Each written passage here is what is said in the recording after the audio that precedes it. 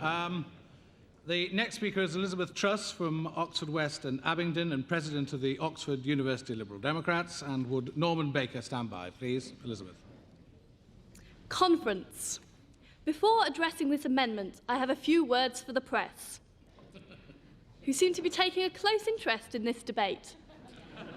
This party, unlike Labour, will not duck and weave from debating the issues people are interested in. When they come to examine what we stand for, unlike the figure at the centre of this debate, we will not be caught with no clothes on.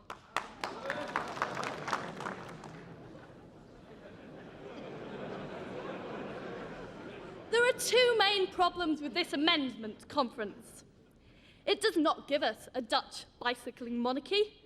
In fact, the amendment does not change the position of the monarch at all. It does not allow women to succeed the same as it allows men to succeed. It will not abolish any of the current constitutional powers that the monarch has. And moreover, this amendment does not give the people of Britain a say. It gives them no chance to vote on a referendum. I agree with Paddy Ashdown when he said, everybody in Britain should have the chance to be a somebody. But only one family can provide the head of state. We Liberal Democrats believe in opportunity for all. We believe in fairness and common sense. We believe in referenda on major constitutional issues. We do not believe that people should be born to rule, or that they should put up and shut up about decisions that affect their everyday lives. Do you, conference, believe that? Do you? I was being interviewed by Newsnight earlier this afternoon.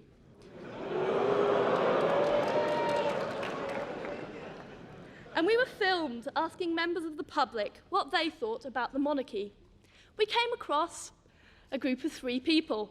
I'd say they were around 50, 60, looked fairly middle class, rather smart, in fact, rather reactionary, to be perfectly frank. We asked them their opinion of the monarchy. Do you know what they said? They said, abolish them. We've had enough.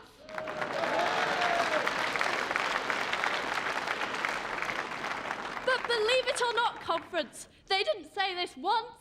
We met another group of people and another group of people, and all 3 groups of people said, abolish the monarchy. In fact, conference, we couldn't find a single monarchist outside the Royal Pavilion. How ironic. I believe that the disillusioned of Brighton should have a chance to vote on this issue, because I believe, like most Liberal Democrats, in democracy. Democracy with a capital D. Thank you, conference. Vote against Amendment 1 and vote for the motion.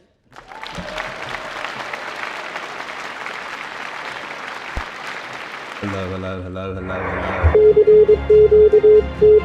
hello. How on earth are we doing? It is lovely to be back. Goblin Toes, thank you very much for the 11 months. Never leave us again. I'll tell you what, how did I stay away for 4 months?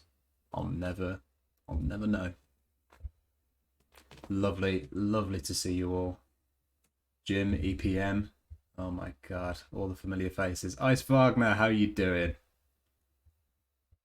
Plastic Orange, Philly J. Mokku, lovely stuff. Am I doing shout outs already? I've only been on for about 2 minutes. Streamer stream, it is lovely to see you, Zakap. I am really back, in a sense. Do we ever go away?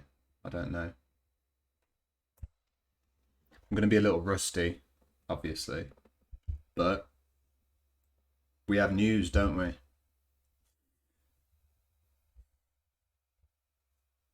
That woman there. A Remainer, Liberal Democrat, anti-monarchist is now going to become our Prime Minister. How do we feel? Are we excited? I bet we're absolutely chuffed to bits, aren't we? Hey, chat. How you doing, Mountie? Liz Truss more like distrust. I like that. We've got an on-screen chat now. A lot's changed since I was last live. Chuffed to bits, I know. Anonymously, how you doing? I was late. Obviously, nothing changes, does it? Said I'd be on at 7. What time's it now? 14 minutes past. Completely unacceptable. The sexy dragon, how you doing, bread crochets? Let's get a shout out for bread crochets. Can I remember how to do this? The Discord's still there. I hope everyone's doing well. I missed yous. Especially good to see you, Goblin Toes. Right. Let's get into it. Liz Truss wins a Tory leadership contest, as I said. Despite the fact that she was a staunch Liberal Democrat, then anti-monarchist, then Remainer, she will now take up the most powerful seat in the country. How? How did it happen? I want to go back. All right, we're probably getting ahead of ourselves just a little bit. So, how did we get here? Okay, I want to read you something.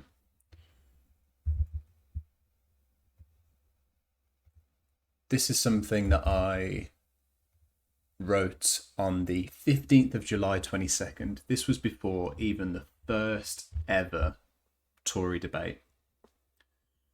All right.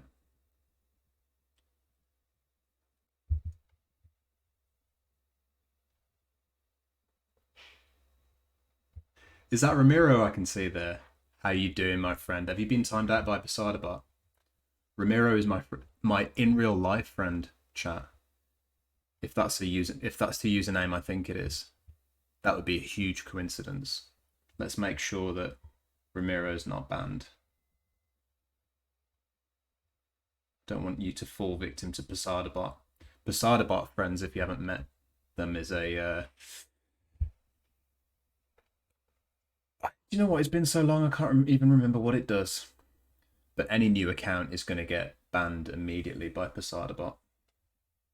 Are we still having hate raids, fellow streamers? I don't know. But rest assured that Ramagamboa is a friend. Read and Rap, how you doing? Sir Yogi One, lovely to see you, mate. How are things down under? Let's get a shout out for Sir Yogi One. Alright, so before even the first debate, and weren't they fun? We'll get into that a bit later. I wrote this. And this is just a good example of how wrong I usually am about things. All right. Now, long-time viewers of the stream, you don't need to be reminded of that. You're well aware of how inaccurate I am, but this is now quite embarrassing. Just get a load of this. So, Britain faces a radically Tory future. Here we go. So, 15th of July, remember. 3 populists, a flag-waving nobody, and an austerity-minded half-billionaire. Britain is truly spoiled for choice. Here we go into the third round of the Tory leadership contest. The names still on the ballot in order of likelihood are Rishi Sunak, Penny Mordaunt, Liz Truss, Kemi Badenoch, and Tom Tugendhat. Remember how weird that was? Remember when they all had a chance and we really weren't sure? Like, we really, really weren't sure. Before the madness of resignation gate, everything's a gate now, right? Pundits often wondered who would replace Boris Johnson in the event that his luck ever actually ran out. Palatable platters of hypothetical candidates often involved Jeremy Hunt, Tom Tugendhat, Ben Wallace, and even Michael Gove. My God, things really were different, weren't they? I know, the pitfalls of optimism. Jesus. Rishi Sunak was spoken of with pity by anyone who had followed the events of the past few months as a candidate that could have been. Whether it was about his accidental involvement in Johnson's birthday bash that landed him a police fine, or the pesky press exposing him as financially non-committal to the country he managed the books for, Dishy Rishi was surely not prime ministerial material anymore. But then, like a long-forgotten character from the world's most boring soap opera, he was back and straight to the top of the list for PM. Perhaps even more surprising is his closest competition, the little-known Penny Mordaunt, who now commands the support of over 60 MPs, and the most support amongst party members, despite her relative lack of parliamentary credentials. Much will no doubt be written about how the hell that happened. I suppose it won't now, will it? This is already my first big mistake. We're probably not going to be that interested in how the hell she got there. What I'm now interested in is how the hell Penny Mordaunt was jettisoned out of the race, and we'll get into that a little bit later. For now, though, back to this. Much like Johnson's mayoral years, the Tory leadership race is giving us a glimpse of what's to come in the next chapter of Tory rule. The race has become all about two things: tax cuts and who cares the least about trans people. Mordaunt has quickly denied what was perhaps her most distinguishing feature, her positive record on LGBTQ rights, so that she can properly assimilate herself into the Tory members' ballot. Trans women are women, or, they are until your right-wing colleagues say otherwise. The biggest threat to her comes from Liz Truss. Here we go. Biggest threat to her comes from Liz Truss, who for our purposes we can call the other Brexiteer, despite her Remainer backstory. Arguably Britain's second biggest embarrassment on the world stage, she's more than ready to double down on alienating us from Europe. And that's all still true. I'll defend myself there and say that's all still true, right? So far, so good. For a long time, Tom Tugendhat has been the name that makes you go, oh yeah, him, whenever he's mentioned. That's because outside of military-minded Conservative Party members, he's a complete nobody. He's still got a chance. Imagine the idea now that he had a chance. Jesus. He's still got a chance, but it's a smaller chance than every other person on the list. Under him, Britain will waltz into a new era of camo-covered jingoism, with billions that could be spent on public services going straight into defence. Kemi Badenoch is propelling herself to the popularity on the back of the culture war elephants raised by Johnson and co. She's hitting all the right-wing notes: small state, tough police, no feelings. Culture war elephants. I was looking at this again the other day and I thought to myself, that's not a thing, is it? Is that a thing? Culture war elephants? I feel like that's just a thing that I've just made up. But I feel like it could be a thing. Like Brexit elephants. Goblin tells you wanted Penny, even with her new stance of fuck the transes. I still had hoped it was just for show. Well, I suppose like a lot of these candidates, all of them, will never know. Because they've all in the process of trying to get this job. And to be fair, it is one of the most coveted jobs in the country. They've all turned their back on their principles. Whether it's Penny Mordaunt turning her back on her fairly lengthy legacy for a Tory of supporting LGBTQ rights, or Rishi Sunak turning his back on everything he believed about taxes. Nothing remains of what these people were. All right. So, Britain's possible futures range from restless sleep to paralysing nightmare. It's quite likely that our country, with its child poverty and wage stagnation, will be run by a former hedge fund manager worth £500 million squid. Or perhaps one of the populists will bag the win, and we can all enjoy the hangover of the Johnson era, filled with more uncertainty, under a leader with no real principles except those that will make the best headline. At least it will be nice for big business, with record low corporation tax that will see CEOs sail off into the sunset while Britain starves. Carrie 1980. Hello, how you doing, mate? Thank you very, very much for the 8 months. It's lovely to see you. Gritty. Gritty, how you doing? Everybody go and follow Surfer McGritty. It's lovely to see you, mate. It's been so long, everyone. So, look how wrong I can be. Snaps. Hey, how you doing? Oh my god, you've changed your username. I mean, I'm the only one not in the know. I imagine maybe you might have changed it weeks ago. It's been so long. How you doing? Tugendhat was still in it. Mordaunt was still the favourite. Sunak. Yeah, sure. Liz Truss. Forget it. Not a chance. Not a chance. Wake up if you think that she has a chance. Now, here we go. That doesn't explain it, does it? It doesn't explain how we got here. All it really shows is how wrong I was. So let's have a look at once they actually got into it. And let's move on to our next subject.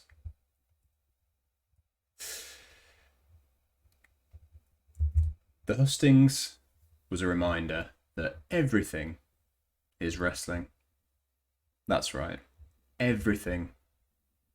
Everything is wrestling, as I like to remind you sometimes. You may not think it is, but just remember, ever since the Trump days, politics has been wrestling in every single way. Just wrestling. DJ Che. Hey, how you doing? Thank you very much for the 5 months, mate. Lovely to see you. Entrum, how are you doing, dude? Oh, it's been too long. Oh my god, is a hype train close? Or what hype train looked like? Wonder if we can get there. Okay. So let's have a look at this highlights from the hustings. It's a little bit like torture, isn't it? But I feel like it's important, you know, context and all of that. It's really fucking good to see you as well, Entrimer. Hope you're doing well, buddy. Right, let's jump back in. And this is when I started to quickly be proved wrong. In advance, you'll all get an opportunity to respond. Of course, please be as concise as possible. Right. And we can all look forward to a brighter future. Thank you very much Hello, indeed. mate. I'll bring in Liz Truss straight away on that. Seth Rishi, Rogen, you have how raised doing? taxes to the highest level in 70 years. That is not going to drive economic growth. You raised national insurance, even though people like me opposed it in Cabinet at the time, because we could have afforded to fund the NHS through general taxation. The fact is that raising taxes at this moment will choke off economic growth in order to prevent us getting the revenue we need to pay. Right, so, and sorry if that's a bit loud, by the way. My sound is probably all over the place because I haven't sorted it out in a long time. How are we doing lighting-wise? Doing okay? It's looking a little bit midnight with Dan, isn't it? But we're okay. So it's already quite weird. It's already aggressive. There's a weird tension to it. Now, Americans, it's never going to get to your level. But it never did get to your level. As you know, if you've seen any of it. You know, this never got to Trump and Hillary because you'd be in jail. But it was still, you know, it's still a little bit of an air of Liz Truss and Rishi Sunak are supposedly quite friendly behind closed doors. But already you can sense a little bit of a, you know, All right, let's jump back in. Pay off the debt. Rishi Sunak, respond to Liz Truss. I mean, we have to also recognise that we just went through a once-in-a-century pandemic with all the damage that it did to our economy. And I think everyone realises that we were going to have to pay that back. But I'd love to stand here. I'd love to... Something it makes me a bit nervous when somebody starts saying once in a generation anything. We never thought that the pandemic was going to happen once. You know? stand here and say, look, I'll cut this tax, that tax, and another tax, and it will all be okay. But you know what? It won't. There's a cost to these things. The cost of higher inflation, higher mortgage rates, eroded... Marcellus Wallace briefcase lighting. I have, haven't I? We happy? Yeah, we happy. Savings. And you know what? This something for nothing economics isn't conservative, it's socialism. Under your plans... It's socialism. Now look, it's not... Again, I'll speak to the Americans here. That's quite everyday for you, isn't it? Something just being dismissed as that's socialism. For us Brits, that's quite a rearing of an ugly head. I've spoken for so long on stream before about the differences between the UK and the US when it comes to socialism and the normalization of socialist principles. You know, the Red Scare in America is something that you're still living with today, and it can be conjured up immediately when anybody needs to win a political debate on anything. Oh, well, you know, sure thing. You want to be like the communists in Venezuela. But except for when Jeremy Corbyn was actually getting close to power, in the UK we're relatively happy with the idea of socialism. You know, these principles are things that have led to great things in this country. Free healthcare for most at the point of need. Unprecedented workers' rights compared to many, many countries in the world. These are things that were born out of quite rock solid principles in old school Labour parties that now will look a bit weird in the Blairite times that we're in. But here we are again. It's socialism. Inherent negativity implied. Let's have that again. Let's go look back a little bit. Another tax, and it will all be okay. But you know what? It won't. There's a cost to these things. The cost of higher inflation, higher mortgage rates, eroded savings. And you know what? This something for nothing economics isn't conservative, it's socialism. Under your plans, we are predicted to have a recession because you have raised tax, it is cutting back on growth, it is preventing companies from investing, and it's taking money out of people's pockets. That is no way to get the economy going during a recession. Absolutely do take this seriously, and that's why one of the... So there we go. Two old mates already look like they really fucking hated each other at that point. US is a two-party dictatorship kept alive solely by the concept of electability. I like that, Break Shows. The pendulum swings to and fro. Anything outside of a 0% tax rate for the rich is literally communism. I'm pretty sure that's how it works, isn't it, in terms of American political discourse. Bernie Sanders, of course. You're Jeremy Corbyn. I imagine there's some remote parts of the US where people think that Sanders was literally a KGB agent. Sounds ridiculous, but if only in the kind of everything's true somewhere kind of logic. How we doing? Why did she engage in the most direct blame switching when it came to switching the responsibility for the idlest in the world line to Raab, who's her front bench pal supposedly? That was an interesting moment.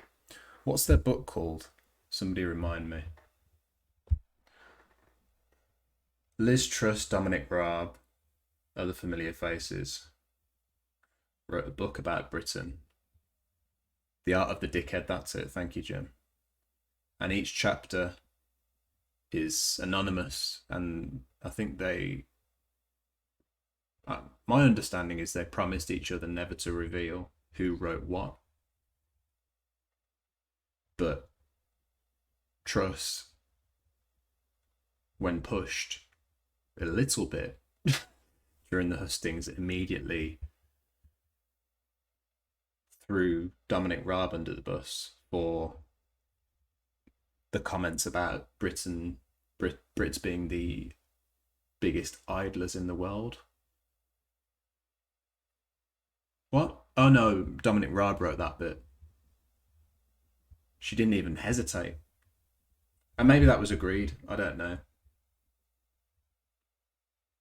You know, Raab then afterwards became a backer of hers. So maybe that was agreed. Oh, you know what? If it comes up, Liz, then I don't mind taking that bullet for you. I won't even ask for anything in return. Who knows?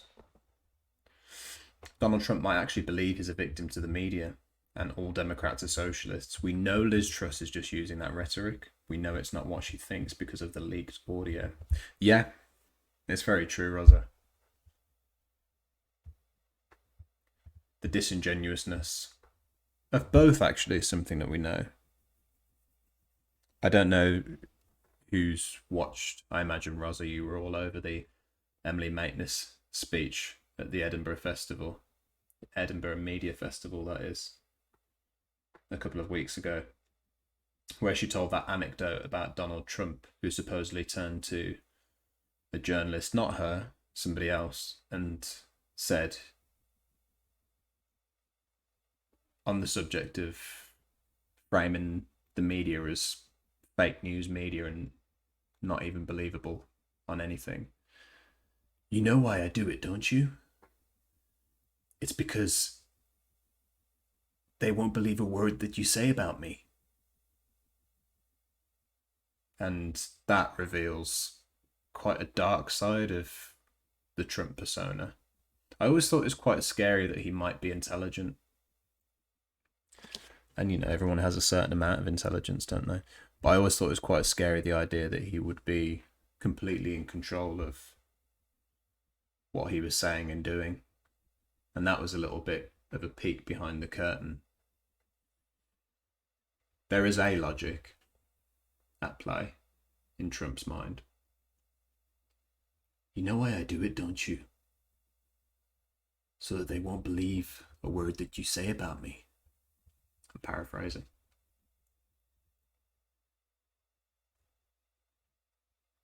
He's intelligent about scamming people and getting people to believe that he is truthful. The telling it like it is thing is Trump's strategy, of course, isn't it? Beating at breakfast, how you doing? I'm back. How many of us are there? I haven't even looked at the 40 of us. Lovely stuff. Oh, it's lovely to have you all. That's more than I ever expected, especially since I've been away for so long. Thanks for tuning in, folks. Alright, let's have a look back at these hustings now. As a reward. Lumin Moosin, lovely to see you. The last things I did as Chancellor was announce some significant support, specifically targeted on the most vulnerable in our society, because they're the ones that need our help most. But if I could just come back to Penny on one thing, because I think I heard, Penny, you on the TV this morning saying that you were going to scrap one of my rules, that the government shouldn't borrow for day-to-day spending. Now, look, it's one thing to borrow for long-term investment, but it's a whole other thing to put the day-to-day bills on the country's credit card. This was horribly moderated, by the way. The hustings just before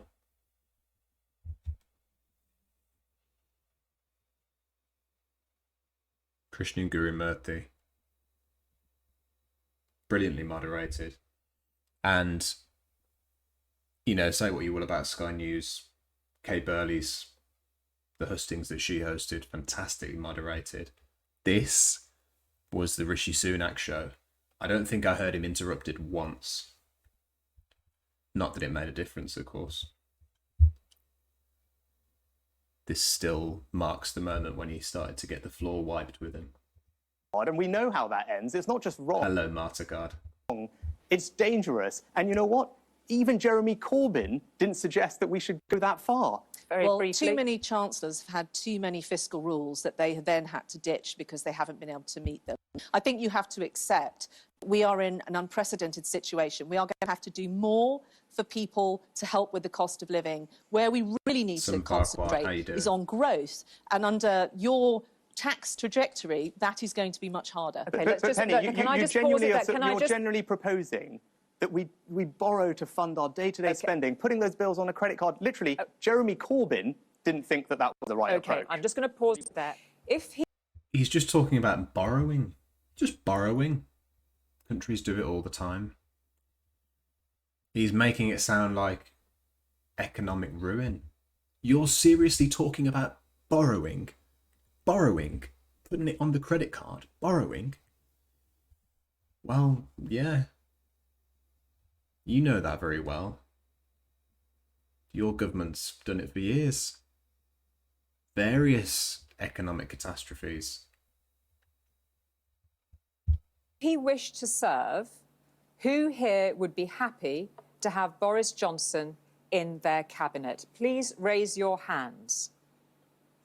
If he wished to serve, would you have Boris Johnson in your cabinet if you were PM? Not a single person. Down on our commitment to net zero. Little moments like that were a treat, weren't they? Let's leave that one there. So you can start to see how things were happening. But still, no sign of the brilliant Liz Truss, who has now won the whole fucking thing. Nothing yet. Still looks pretty... Still looks like the Rishi show to me. And Mordaunt, whoops, just holding her own. So let's see, where did we go from there? Oh, this was fun as well. Let's have a look at this little clip. Did you go to him and say, the parties have got to stop, you've got to get rid of these sexual abusers? Of course, I've had disagreements with the Prime Minister in private over the course of my time in office. Is Boris Johnson honest? Sometimes. Even when you said you might like to be leader one day, you didn't call for him to go. I think I made it very clear, very early. Well, you hinted. No, I don't think I hinted. When did you stand up for integrity and honesty? When did you tell Boris Johnson he was wrong and he had to go? I'm a loyal person. I stood by Boris Johnson. Do you trust all the other candidates to be Prime Minister? We're here to win an Well, you're not election. saying you do trust them. We all note that. Why should the public trust any of you? I have been somebody in government who has said I will deliver things, often things that people said were impossible. For example, the trade deals after we left the EU, people said it would be difficult to get as good a deals as we did. I secured deals with Japan, with Australia. I delivered what I said I would deliver. When did you stand up for integrity and honesty? When did you tell Boris Johnson he was wrong and he had to go? I'm a loyal person. I stood by Boris Johnson. Of course, I raised issues with him in private.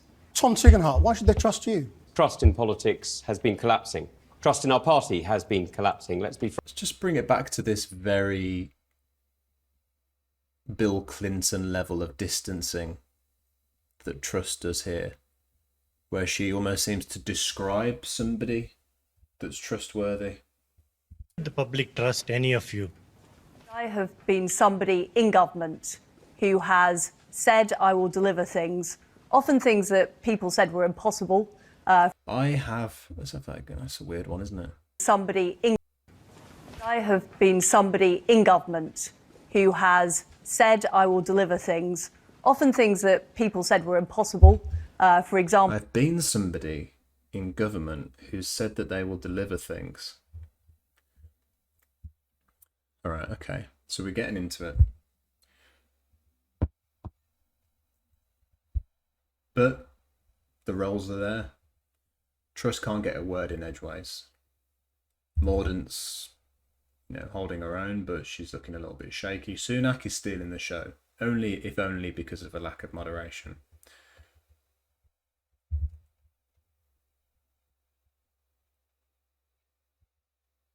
So where did it all go wrong? All right, this didn't help.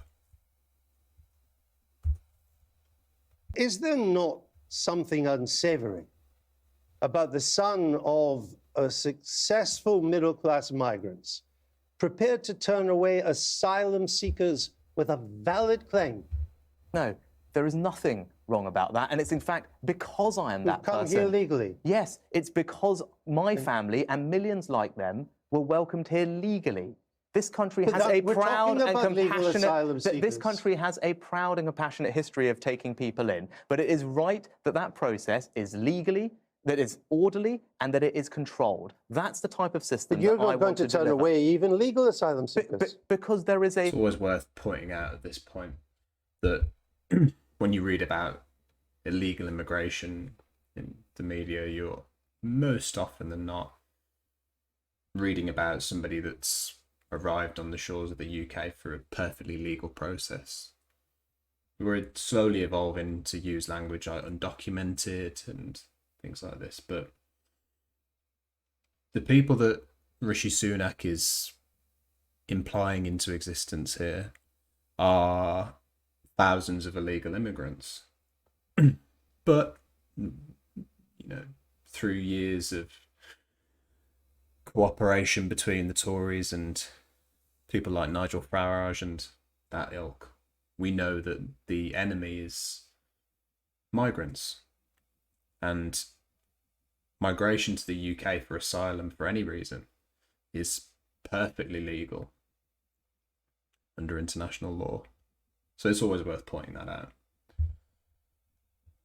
Sorry, it's a long point. Scribbles Hearts, lovely to see you. Hope you're doing well. Love how Rishi is trying to distinguish between asylum seekers with a valid legal claim and legal migration. Exactly. Exactly. There is a finite amount of asylum seekers that we can integrate and accommodate. And I think most reasonable people would agree with that. And it's totally, of course, at any moment. I wonder what the number is. Andrew Neil hadn't had his porridge, then he should have hit back. How many? How many? All right, how many? Everybody knows there's a finite number of immigrants that can assimilate into society. How many? Eh? 50? That would have been good, wouldn't it? That's what I would have done. But that's also why I will never have Andrew Neil's job. In time, Andrew, there are probably 1 billion people that would love to move to the UK because this is an amazing country. Right? But we clearly can't accept all of those, and we have to be practical about that. Where we can accept people, we should, legally, and those who are trying to come here illegally, we should be very firm about stopping. You talked a lot about your supposedly ordinary origins, your background. So why, when you were young, did you say you had no working... Supposedly ordinary origins and backgrounds. Very, very, very well off school in England before going to another private school before going on to manage a hedge fund. Oh, sorry, no. Going on to Goldman Sachs before going on to manage a hedge fund. Shortly after that, he was employed as part of a role at his father-in-law's, a company owned by his father-in-law, of the billion-dollar Murty empire, and then became an MP. Very normal background. I'm sure we can all relate to that one, can't we? Ordinary origins, your background.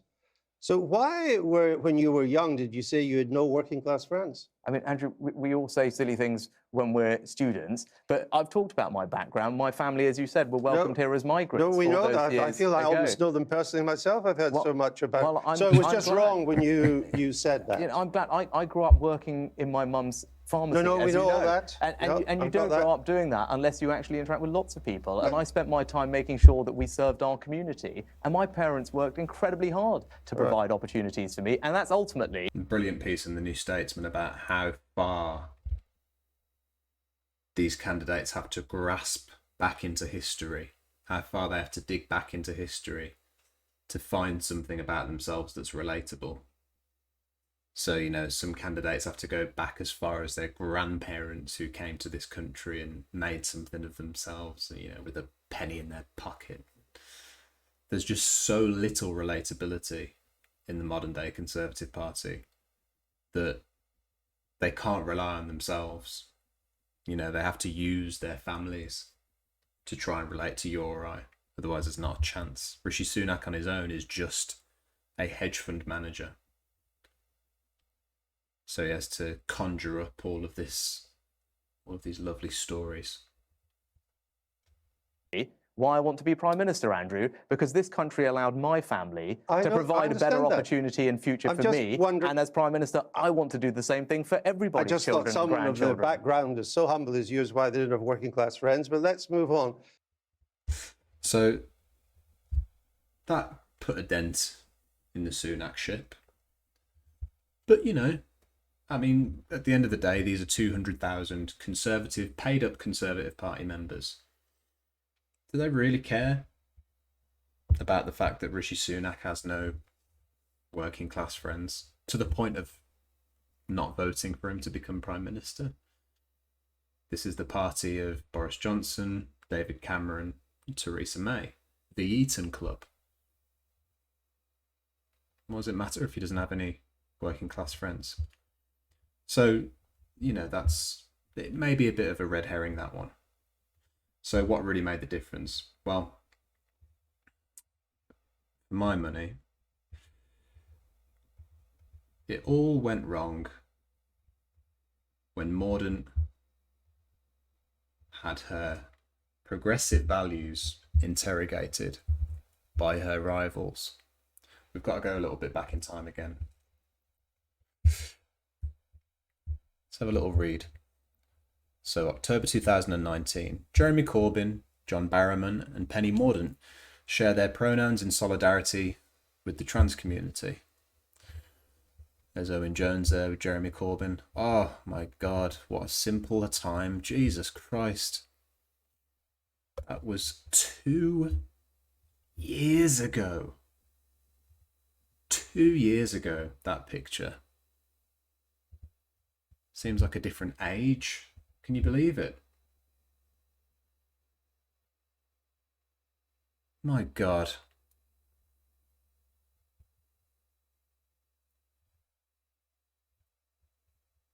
Oh, Theresa May didn't go to Eton, of course. Sorry, that's me misspeaking. Haven't you heard that Nigel's now going around saying the Tories are no use because you got Ramona's Brexit? Oh, of course. And we can get into Farage. We can get into Farage and his latest press tour. Of course. I know, Rosa. 2 years ago. Right, so anyway, we're getting distracted. Politicians, journalists and filmmakers shared their pronouns on camera at the Pink News Awards for International Pronouns Day in solidarity with the transgender community. Pronouns Day is every year on the third Wednesday in October and seeks to normalise sharing pronouns, asking for people's pronouns and just stating pronouns out loud. It's amazing that we've got to the point where I'm sure it is still a recognised day, but it's so normalised to put pronouns into your bio now that, you know, you really don't even necessarily need a day, at least here in the wonderful utopia of Twitch. Even as I say it, I realise that, of course, well, these are 3 politicians that have used pronouns. 3. So, speaking at the event, Corbyn said, "My name is Jeremy Corbyn, pronouns he, him, and I'm very proud to be here tonight." Other politicians, including the former Equalities Minister Penny Mordaunt MP, also shared their pronouns on the night to raise awareness of pronouns and to show solidarity with the trans community. So, Penny Mordaunt, in contrast with the rest of her party, already going out of her way to be supportive of the trans community. Those of you familiar with Mordaunt before the hustings may know that she even won a Pink News Politician of the Year award for her progressive efforts, couldn't have achieved the changes without so much help and support from individuals and organisations across the UK, and wanted to send this message to politicians in and outside the room tonight, shouting about her progressive values. And this, for my money, is where it all went wrong for Penny Mordaunt. Because this, of course, was intolerable for the modern right-wing Conservative Party. So let's see the moment when it all fell apart. The policy that was being pushed was self-ID. So I don't understand how that would have changed unless someone else did it in between. So I didn't work with Penny, but my understanding was that the previous minister who had done the role had wanted a self-ID. And that was something that I reversed with Liz. That's not correct. And this Self-ID. The idea that we can get to a point in the UK where you can self-identify as your gender. Moving away from the previous societal norm of getting assigned a gender at birth and having to live with that in all legal ways through the rest of your life. Penny Mordaunt was curious about the prospect of self-ID. And I kind of, roll those words around in my mouth and try and understand how that led to her losing her position as the favourite in the Tory leadership race. Now, look, disagree with me. If you think there's something else that I'm missing, maybe, just the cut of a jib, then holler at me. I'm more than open to discussing other reasons. Boy Meets Minnie, hello mate. How are you doing? Let's get a shout out for Boy Meets Minnie here. If you think there's something else to it, let me know. But as far as I can see, it was Mordaunt in first. Here comes Mordaunt. And it's Mordaunt in the front. And then as soon as the issue of self-identification for trans people in the UK came up, and her fellow candidates exposed her previous curiosity in the subject, because we now know that she didn't support it. She, like every other person involved at the time, discussed it, but ultimately rejected it. And that's key as well. But even the notion that she might have entertained the possibility of an easier life for trans people in the UK removed her as the favourite in the race to become Prime Minister of the United Kingdom. Let's watch the rest of this. I'll read some of your comments. Liz. That's not correct, and this will all be on record in government. It is on record. Right. Well, Liz Truss, you were also involved in in this as an Equalities Minister. Who's right? Well, I'm not going to go around criticising other candidates in this race. Tell the truth, Liz. Badenoch was saying. Tell the truth, Liz. Tell the truth, Liz. And what you saw over the next few days was Daily Mail, The Sun, other right-wing papers coming out with all of these different accounts of Penny Mordaunt did support self-ID. We've got this document that says that she does. Let's dive into it a little bit more. I'm just going to read some of your comments, actually. Goblin Toes, would be very nice not to have to send off 2 years worth of proof that you're using a name/gender to a bunch of old fuckers who then determine if you are trans enough to issue you a certificate. That would be lovely, wouldn't it? To not live in that world.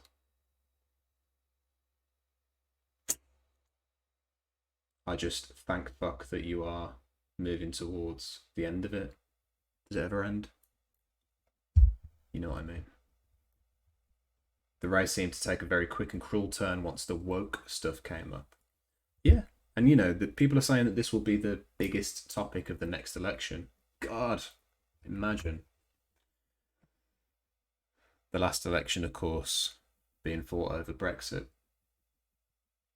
Imagine in 2024, if the number one issue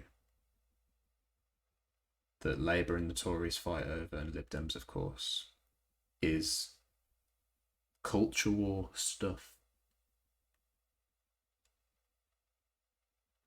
Culture war stuff. How angry are you about less than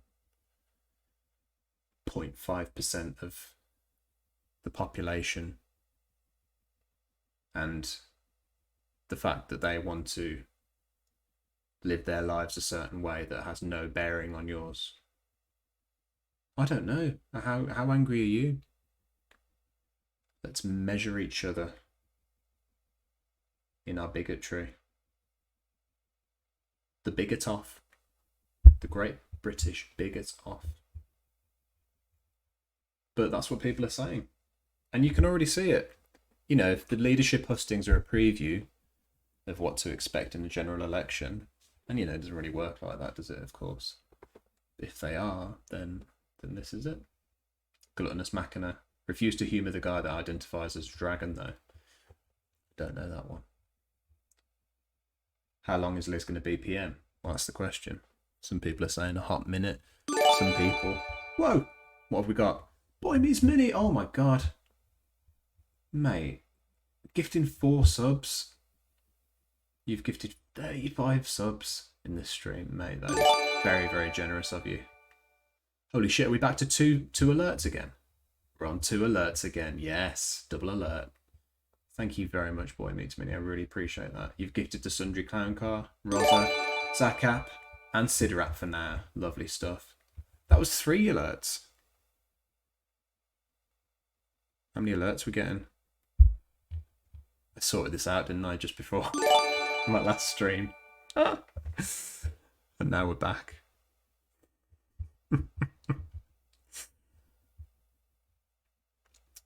Reckon Truss won't last long. They'll oust her and Boris will be back ASAP. God, I've got to talk about that as well sometime in the next hour and a half, because that's how much longer I'm on for. Will Boris come back? Jim, thank you very much for the 8 months. Oh, mate, thank you. Really appreciate that.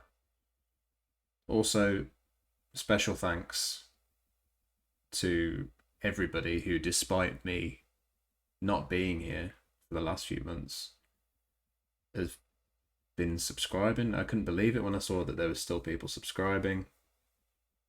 You know, I really, really, really appreciate all the support for the stream. Thank you very much, everyone. Missed you, Jim. Will he come back? Do you think that's ever been on the even on the cards? Boris Johnson? Absolutely. But you know what? If I didn't keep up with American politics, I wouldn't think it was possible. You know, America kind of inspires, I guess that's the word, isn't it? Inspires the most extreme sides of British politics. And, you know, let's have a look at the prophet himself, giving us a warning of what we were in for.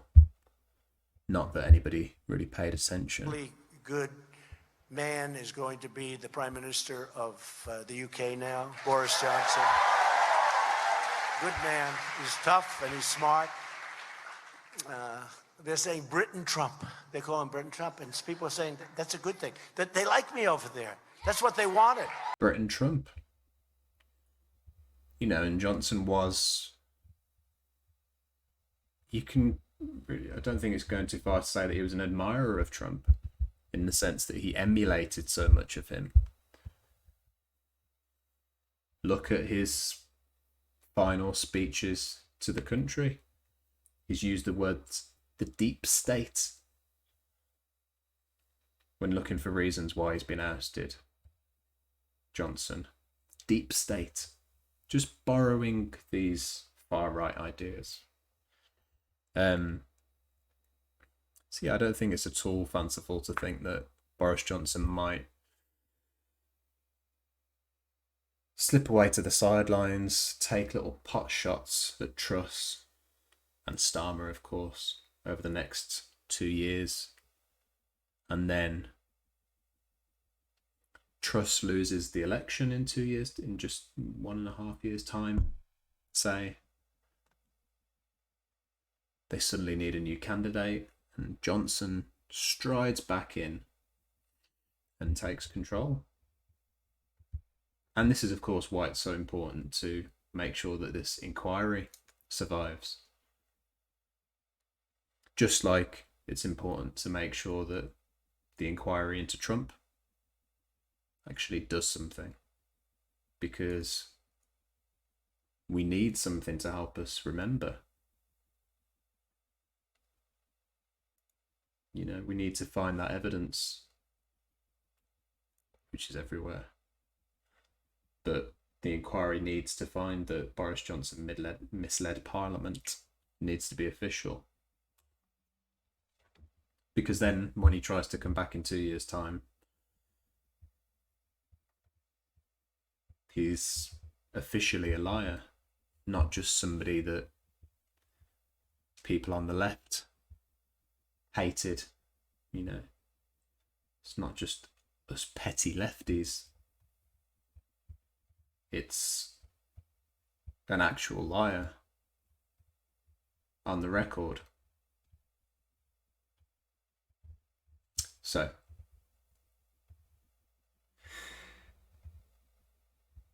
Penny Mordaunt has a first little stumble. And really it just gets worse from there. She's forced to hit back. It's an article from Bloomberg. This was on... Where's the date on this? 17th of July. Mordaunt hits back at smears over transgender views. Tory leadership contender Penny Mordaunt has claimed she is the victim of smears following fresh claims about her views on transgender issues. The International Trade Minister rejected claims she had ever pursued a policy of self-identification for trans people seeking to legally change gender after press reports appeared to cast doubt on her earlier denials. In the first televised debate on Friday, Miss Mordaunt clashed with Liz Truss and Kemi Badenoch after they claimed they had been responsible for reversing the policy which she championed as Equalities Minister. However, the Sunday Times said it had seen government papers which appeared to suggest Miss Mordaunt was in favour of removing at least one element of the medical process required for transgender people to legally transition. I encourage you to look into this. When you look at the actual documents, you can see that she was part of one of a number of MPs that was merely acknowledging that this was something that was on the cards. But if you want to be generous to the Sunday Times expose of Mordaunt, okay, let's say that it showed she was in favour of removing at least one element of the medical process required for transgender people to legally transition. How fucking dare she? How dare she want 1 inch of an easier life for trans people? My God. What a woke, fucking nonsensical woman. How dare she be interested in making an easier life for trans people in the UK?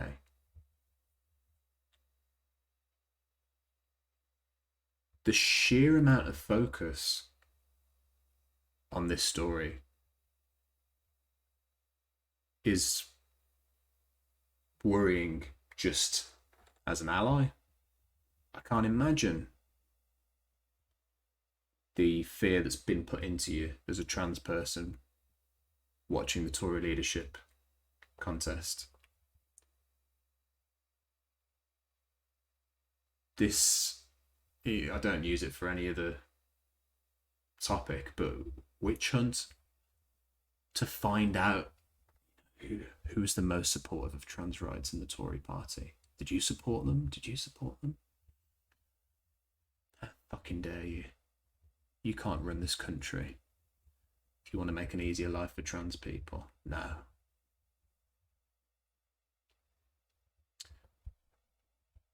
Alright, let's finish up on this one then. It said another paper from February 2020 confirmed that the government's support for self-ID ended after she was replaced as the minister in charge. Miss Mordaunt told the BBC's Sunday morning programme she had never advocated ending the requirement for trans people to obtain a medical diagnosis of gender dysphoria before they could legally change gender. This has been rebutted many times, she said. We all know what is going on. This is the type of toxic politics people want to get away from. We did a consultation. We asked healthcare professionals what they thought about the situation. That is the section I looked after. I managed that consultation. We didn't actually, on my shift, produce a policy. There is a number of smears going on in the papers. My colleagues are very angry and upset that this is how the leadership contest is being dragged down. However, Miss Badenoch's campaign manager, Tory MP Lee Rowley, told Sky News, Penny has a set of questions to answer. The row comes as MPs prepare for the third round of voting on Monday, which will see the remaining candidates whittled down from 5 to 4. Miss Mordaunt finished an unexpectedly strong second in the first two ballots, and her supporters believe she's been targeted by rivals who fear they risk being squeezed out of the final ballot of party members. The claims relate to her time as a minister under Theresa May when she was Defence Secretary, but also had responsibility for women and equalities. The Sunday Times quoted from a memorandum written in July 2019 to Miss Mordaunt and senior officials, which stated, currently applicants are required to provide 2 medical reports, a diagnosis of gender dysphoria, which we are now intending to remove, and a report detailing any medical treatment received. There is no requirement to have undergone any medical treatment as part of transitioning, nor does the report's contents have any bearing on the panel's decision, so it is unclear what practical value this current report has in the process. However, this element of the process goes to the heart of whether we have a system that is essentially self-identification or whether there are external checks in place. Should we leave that one there? Let me catch up with some of your messages. I haven't heard anybody pushing back on my theory. And I'm not saying that it requires any even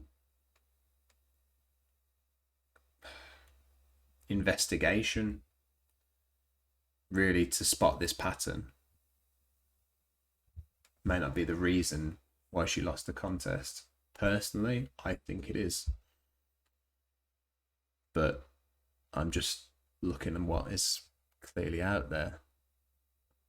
If you're following the race, you will have seen these headlines, and you will have seen Penny Mordaunt spectacularly fall in popularity as a result. So what else was going on? Critical Racing Theory says I'm correct. Thank you, Boy Mince Minnie.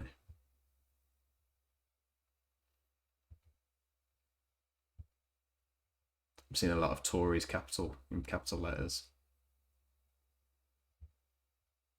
Jim, you heard a bunch of Tory MPs already submitted letters of no confidence.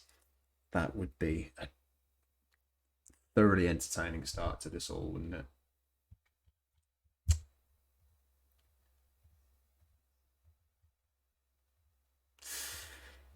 So,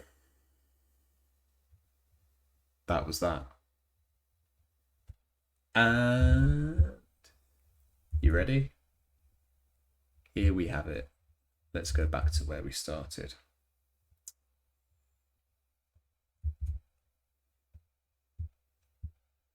Liz Truss wins. Have a look at the speech. I, Sir Graham Brady, the returning officer for the Conservative and Unionist Party leadership election, declare that the total number of eligible voters was 172,000. The Independent reckon. Has anybody else seen this? that when it gets announced, she deliberately doesn't shake Sunak's hand. I don't know, I've not a fucking clue. But I'm looking for it now. I didn't look at it the first time. I wasn't paying enough attention to see whether that was true. I did think why they were separated by a chair. I wasn't sure about that. So it says Andy on it. Oh, fine. So he was sitting there. It just makes them look so... You know, it would have been a nice opportunity to get them sat next to each other. Be like, no matter what happens, we're part of the same party. Classic PR gaffe. Somebody hasn't thought that through. 437. The turnout in the election was 82.6%. The total number of votes rejected was 654. The total number of valid votes given to each candidate was as follows. Rishi Sunak, 60,399. Liz Truss, 81,326. Therefore, I give notice that Liz Truss is elected as the leader. No reaction. They've already both been told. Sunak's got a face like a slapped arse. He's mentally left the room. I think his political career is over, but we'll see. I've learned not to make predictions, haven't I? Was 654. The total number of valid votes given to each candidate was as follows. Rishi Sunak, 60,399. Liz Truss, 81,326. Therefore, I give notice that Liz Truss is elected as the leader of the Conservative and Unionist Party. Will come up on stage. With the narrowest margin. She won by the narrowest margin since Tory members ever got the vote, their leader.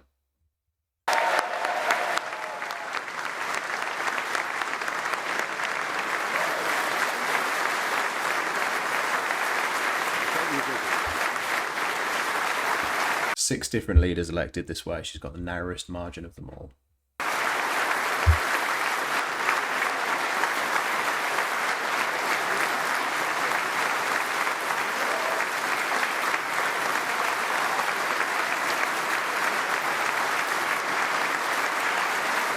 Worth noting that although the Labour Party elects in a relatively similar way, Labour Party members have never got the opportunity to elect a leader into government. Gordon Brown, when he became Prime Minister, took over from Blair unelected.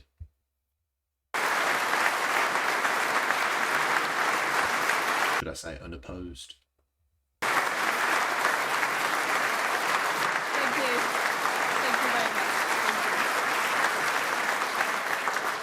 Well, thank you, Sir Graham. It's an honour to be elected as leader of the Conservative and Unionist Party. I'd like to thank the 1922 committee, the party chairman and the Conservative Party for organising one of the longest job interviews in history. Thank you very much. 1922 committee just doesn't have the same ring to it as the Academy, does it? Not a single man under 50 in that room. No, they're overwhelmingly older, overwhelmingly white, overwhelmingly male. And it's less than 0.5% of the population. And they've just decided, again, who will be Prime Minister at this unprecedented moment in history. Gotta love democracy. I'd also like to thank my family, my friends, my political colleagues, and all of those who helped on this campaign. I'm incredibly grateful for all of your support. I'd like to pay tribute to my fellow candidates, particularly Rishi Sunak. It's been a hard-fought campaign.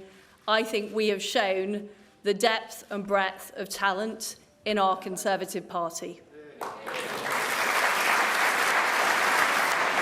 All right. Did she not shake his hand, by the way? I missed that. Sorry, I need to go back and see it now. Let's have a look. The Independent's got a thing. There was a different link.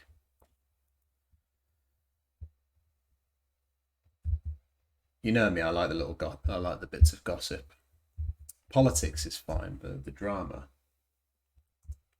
you know, that's what we're really here for, isn't it? Cicero Fields, lovely to see you. Liz Truss, 81,326. Therefore, I give notice that Liz Truss is elected as to shake his hand. The leader of the Conservative and Unionist Party. Will come up on stage. Right, so is that neglecting? She's very awkward. By her own admission, she's very awkward. And to be honest, yeah, you know what? I'm incredibly socially anxious. I can imagine myself doing something like that if I just won. I don't know if did she neglect to shake his hand? He didn't even put his hand out, did he? Is elected as the leader of the Conservative and Unionist Party. Will come up on stage. No. Calling bullshit. Clickbait. Calling clickbait on that one, I think. Being a funny guy was how Boris got away with so much. How does Truss expect to get away with the same stuff? It's true. She hasn't got the zingers, has she? Because you can be a bumbling idiot, but that's, to a certain extent, you know, an integral part of comedy. But if there's no comedy, then what is her personality? We'll find out, won't we? We don't really know her very well yet. The sheer amount of exposure that we'll have now. And, you know, I do think that she will expire like an avocado on contact with air. But we'll have to see. Have to wait and see, won't we? Right. Skip ahead in the speech a bit. Let's get to the good bit. Some of you might have noticed that Boris Johnson was in the room. Boris Johnson was present in the room, not in a literal sense, but he did not get a warm reception when he was conjured up by Truss in her speech. Let's have a look.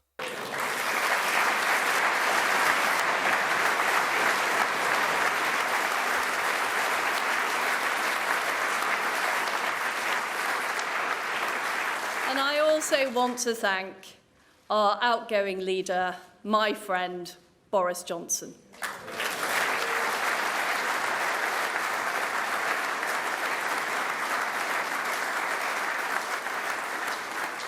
Boris, you got Brexit done. You crushed Jeremy Corbyn. You rolled out the vaccine and you stood up to... I'm not saying that it's like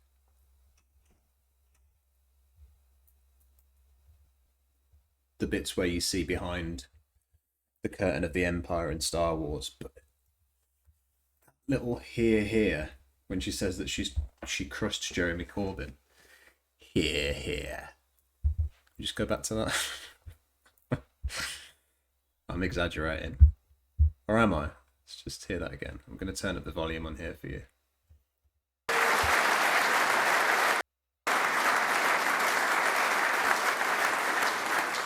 Boris, you got Brexit done. You crushed Jeremy Corbyn. You rolled out the vaccine. Here. Anybody else hear that? You crushed Jeremy Corbyn. Here. It's just a nice, normal political party. Outgoing leader, my friend, Boris Johnson.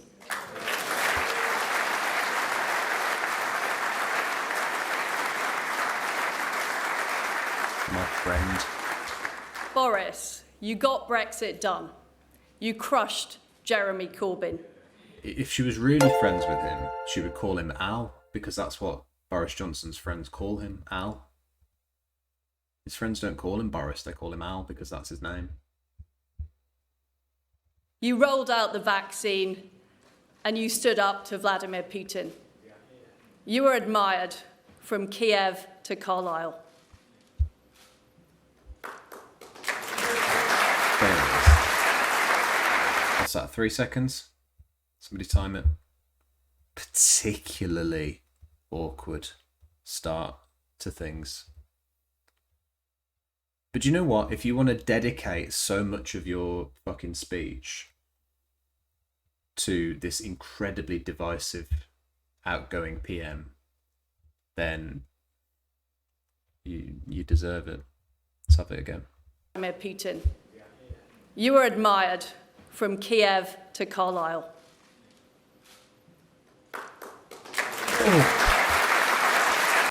Painful.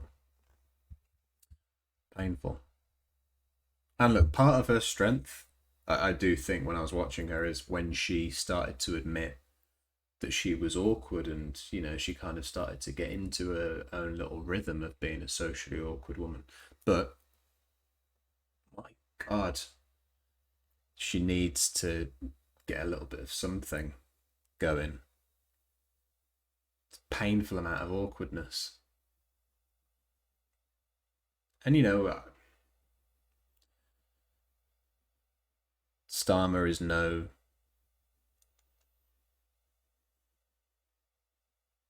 I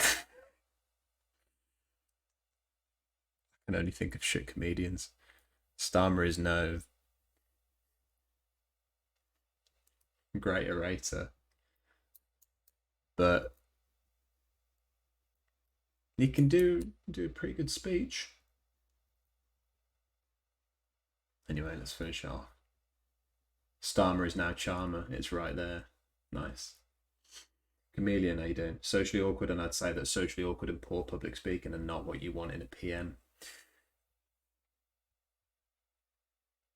Do you know what? I'm being slightly disingenuous because in terms of what I really think things should be like, I don't think that politics should be a circus. And, you know, I'll say it again. I worry that sometimes everything is wrestling. Since 2016. And we do need to get back to the point of just listening to what politicians say and, you know, judging them on their merits, the merits of their ideas. But I'm just hyper aware of the fact that we're not in that time anymore. We live in a time where politics is a fucking circus. And people are expecting a certain amount of pizzazz. If that's what Trump had. And, you know, Theresa May was awful. Awful at that. Very, very anxious. Never settled into it. She looked like somebody had just discovered a pile of money under her bed whenever she was asked a simple question.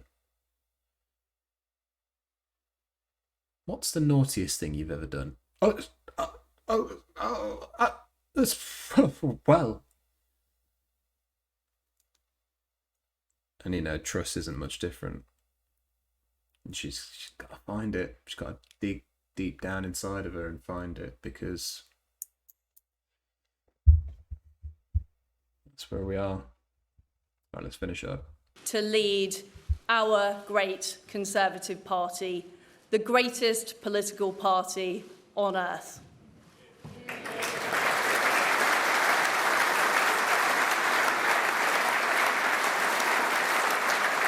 The greatest political party on earth. I know that our beliefs... Certainly one of the most successful. And of course, that's all she's measuring. ...resonate with the British people. Our beliefs in freedom, in the ability to control your own life, in low taxes, this is my moment. In personal responsibility. Fucking phone off. This is my moment. And I know that's why people voted for us in such numbers in 2019. And as your party... Nope. It was because you made it about Brexit and you said you'd get it done. It's still not done, by the way. Just want to point that out. Leader, I intend to deliver what we promised those voters right across our great country.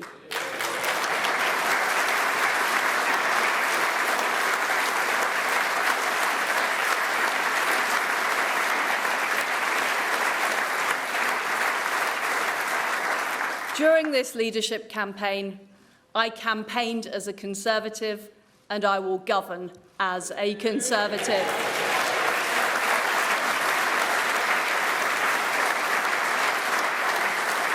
Almost looks like he's happy with that speech, doesn't he?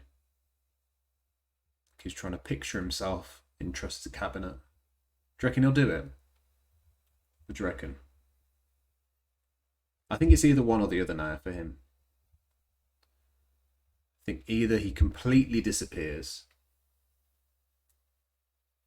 or he takes a cabinet job. He's got to be offered one first, of course. Oh, he is livid, of course, Wolves. Of course he's livid. Green card. Yeah, it's true. I feel like that's more likely. Green card. He's a half billionaire. And, you know, most of the modern Conservative Party seems to be in it either for the money or the fame. And by the fame, I mean, you know, the power. And I think he'll probably say to himself, well, I'm not going to be PM now. It's very unlikely. I don't need the money. So why bother doing any of it? You know? It's my theory anyway. Scribbles, this is not a one-off stream. I want to do more. It's difficult because I'm working again. But I love it. I got the bug. I was nervous before this stream though as well. Nervous after streaming for a while. How many of us are there? 40 of you! God, I fucking should be nervous. But no, not a one-off. And it hasn't actually been months, I tell a lie, because I did a short stream when Johnson first resigned. Out of pure excitement. Did an IRL. I do like doing an IRL. I could probably do more IRL streams easier than I could do these kind of streams. So we'll see. Sunak thinks he's in Game of Thrones and going to sneak his way to power. But I think he's in Connect 4 and his counting kind of sucks. That's nice. I like that analogy. I like that analogy. So you think he's here to stay, do you?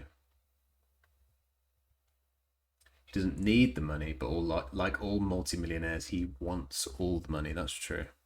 But I don't even know if you could get more money by going this route.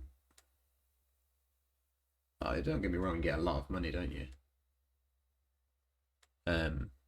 Even when you leave. I think you can claim £200,000 a year after you leave office. Blair has claimed the maximum amount every single year since he left the job. You can get a lot of money, and of course you get paid to just profess opinions about random things that you know nothing about as well. Imagine if people gave you money to talk about things. Just unqualified.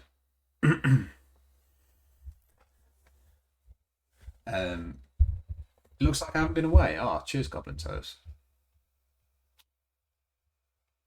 Appreciate that. Do IRL streams on my way to work every day. Be a good way to do a commute, wouldn't it?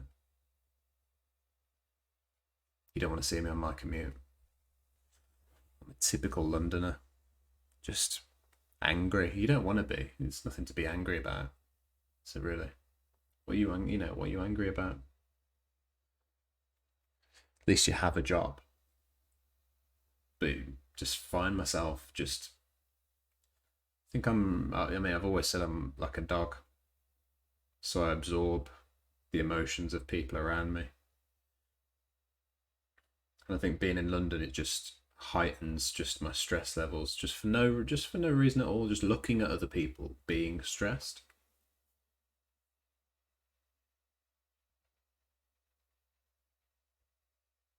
I think I'm imagining it until we'll go somewhere else.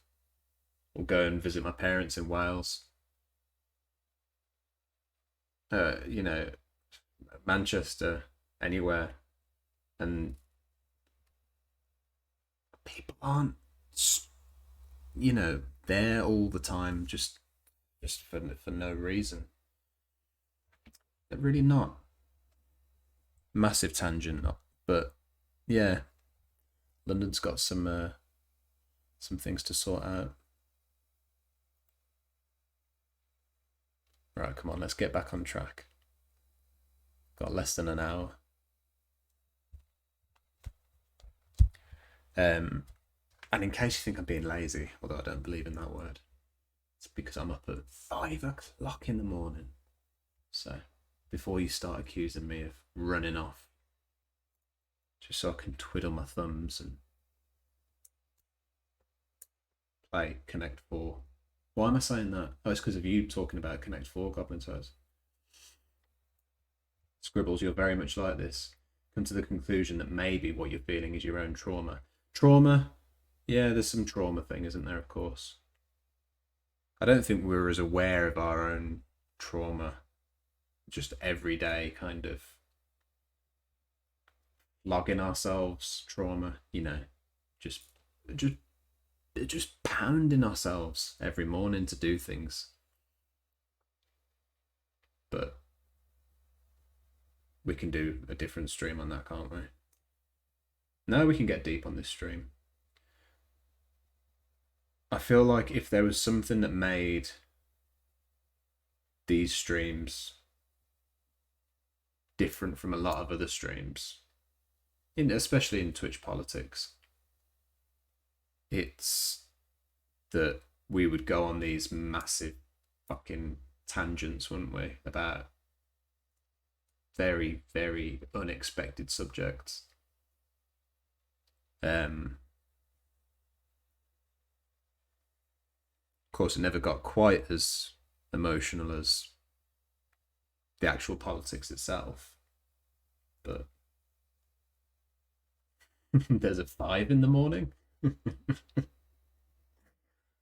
like that. Yeah, I didn't realise this either. It's a few months ago.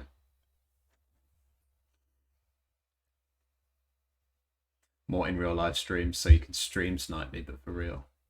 I need to do more stream sniping. Should we stream snipe somebody before I raid out later?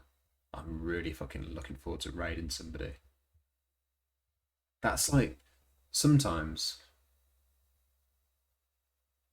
you know, especially if you start like losing confidence in what you're talking about towards the end of a stream, you're kind of going off track a bit. Just knowing that you're going to get to raid somebody at the end of it is just such a nice fucking feeling. Just getting to send people off into somebody's stream. I fucking love that. I've always loved that. Always loved it. I've loved it since I had 2 viewers. I've loved that.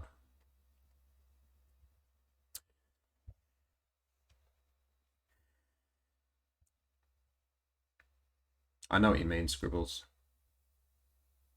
And good for you, by the way, as well. Right.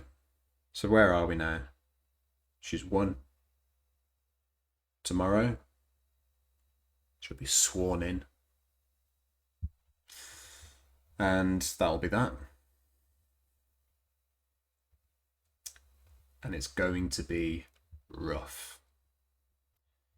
You thought Boris Johnson had a tough job? You ain't seen nothing yet. Let's just have a little rundown, shall we? So, inflation's above 10% for the first time in 40 years. It could rise to 22% early next year. Ofgem's announced that the price cap will rise to £3,549 per year for the energy costs of a typical home from October. And we're on track for a recession by the end of the year too. GDP dropped by 0.1% in the second quarter of the year. And the analysts, we've had enough of experts, haven't we? Analysts believe the third quarter will put the country in a technical recession.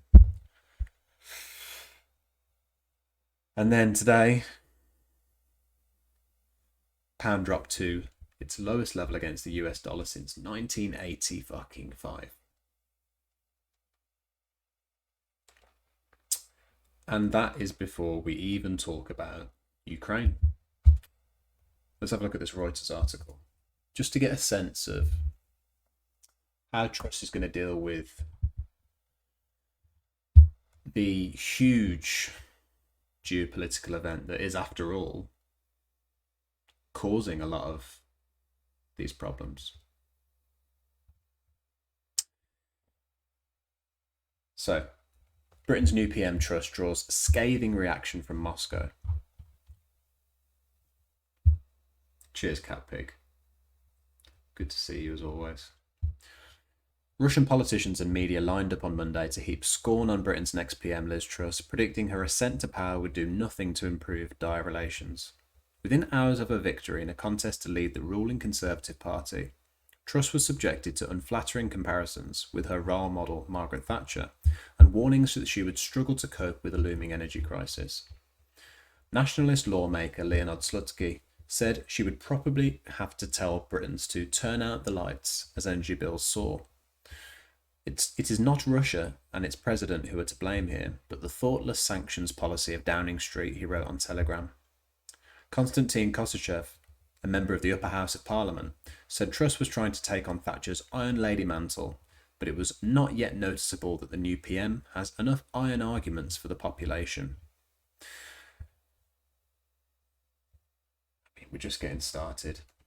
We're starting to see just a little bit of a preview of how the dictator is going to treat Truss when they eventually start exchanging words, if they ever do. Popular tabloid Komsomolskaya Pravda reminded its readers of a gaffe Truss made on a trip to Moscow in February as foreign minister. It said that compared to her, outgoing Prime Minister Boris Johnson looks like a real giant of thought. Truss has been the target of withering comments from Moscow since she visited as part of a fruitless drive by Western politicians to avert a Russian invasion of Ukraine. Foreign Minister Sergei Lavrov complained at the time that facts bounced off of her. Then a Russian newspaper reported she had inadvertently told Lavrov Britain would never recognise Moscow's sovereignty over two Russian cities, Rostov and Voronezh, and needed to be corrected by her ambassador. The Kremlin said this showed Western leaders' poor grasp of geopolitical realities, but Britain said Truss had simply misheard a question from Lavrov. Neither. It's neither. It doesn't show poor grasp of geopolitical realities on the behalf of Western leaders. It shows poor grasp of Truss's geopolitical basic knowledge.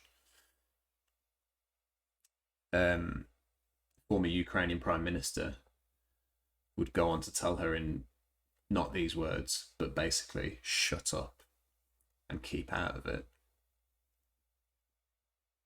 Because of gaffes like this.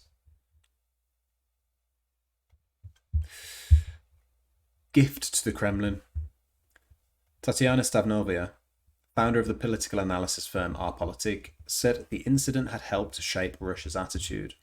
Truss seems to the Kremlin a representative of this new generation of superficial Western politicians, she said. They were so happy when she made this mistake. It was a gift to use instantly against her. Days before that blunder, Truss had confused the Black and Baltic Seas, allowing Foreign Ministry spokeswoman Maria Zakharova to complain of the stupidity and ignorance of Anglo-Saxon politicians. Speaking on Monday, shortly before news of Truss's victory, Kremlin spokesperson Dmitry Peskov said that relations with London might deteriorate further, even though it's hard to imagine anything worse. Political analysts expect Truss to maintain Britain's stance as one of the most active and vocal supporters of Ukraine, supplying it with weapons and training. Russian hostility may even prove useful, as she sets out to prove her credentials as a strong leader facing up to Moscow. Despite her gaffe during the visit in February, she showed herself able to stand up for the far more experienced Lavrov by publicly challenging his assertion that Russia was not threatening anyone with its vast military build-up on the border with Ukraine. 2 weeks later, Russia invaded its neighbour.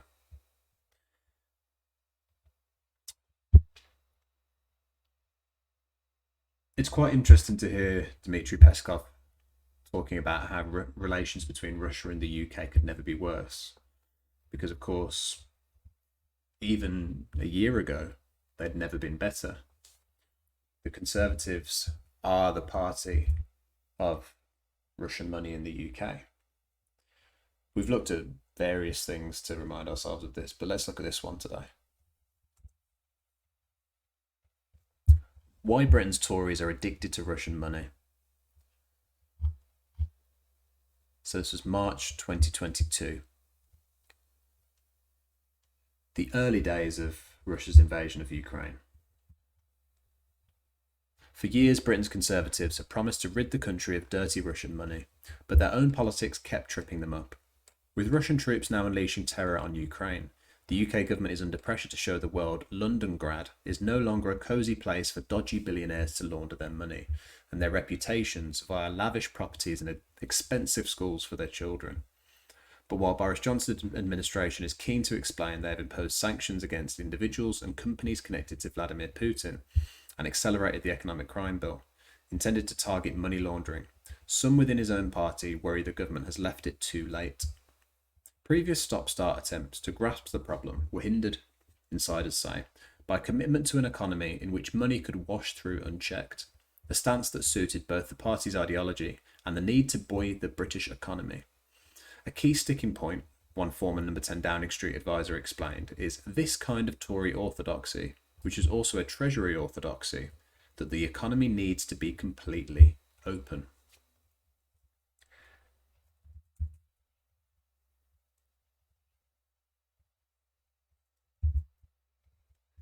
The Conservatives took a similar approach to their own finances, accepting donations from people who have ties to the Kremlin or made their millions in Russia and the former Soviet Union. While such gifts to the party were legitimate insofar as they had been properly declared, critics frequently drew lines between serious Tories and some pretty unsavoury characters. The politics driving the first two problems was then fuelled by a divided political environment in which the legitimacy of the Brexit referendum was bitterly debated, to say the least. Keen to push Brexit through, Johnson's electorally victorious Conservatives resisted any suggestion of undue Russian pressure on British political life, and questions about dirty money were, once more, brushed aside. Here we go then, hiding in plain sight. It's not as though nobody has ever tried to grapple with these questions. In 2016, David Cameron vowed at a UK-hosted anti-corruption summit that foreign companies owing property would be forced to make public who really owns them. A measure that, if implemented, would have closed one of the key routes into the economy for those looking to clean their money. In 2017, the UK brought in unexplained wealth orders, and in 2018, the Sanctions and Anti-Money Laundering Act, along with the so-called Magnitsky Amendment, which allowed sanctions on the grounds of gross human rights abuses. Although these measures represented progress, they have ultimately failed to deal with the full extent of the UK's vulnerability as a clearinghouse for dirty money. Detailed at length by various think tanks, journalists, and even by a major report by the British Parliament's Intelligence and Security Committee in 2020. That report found Russian influence in the UK is the new normal. There you go. The lesser known new normal. There are a lot of Russians with very close links to Putin who have well integrated into the UK business and social scene and accepted because of their wealth.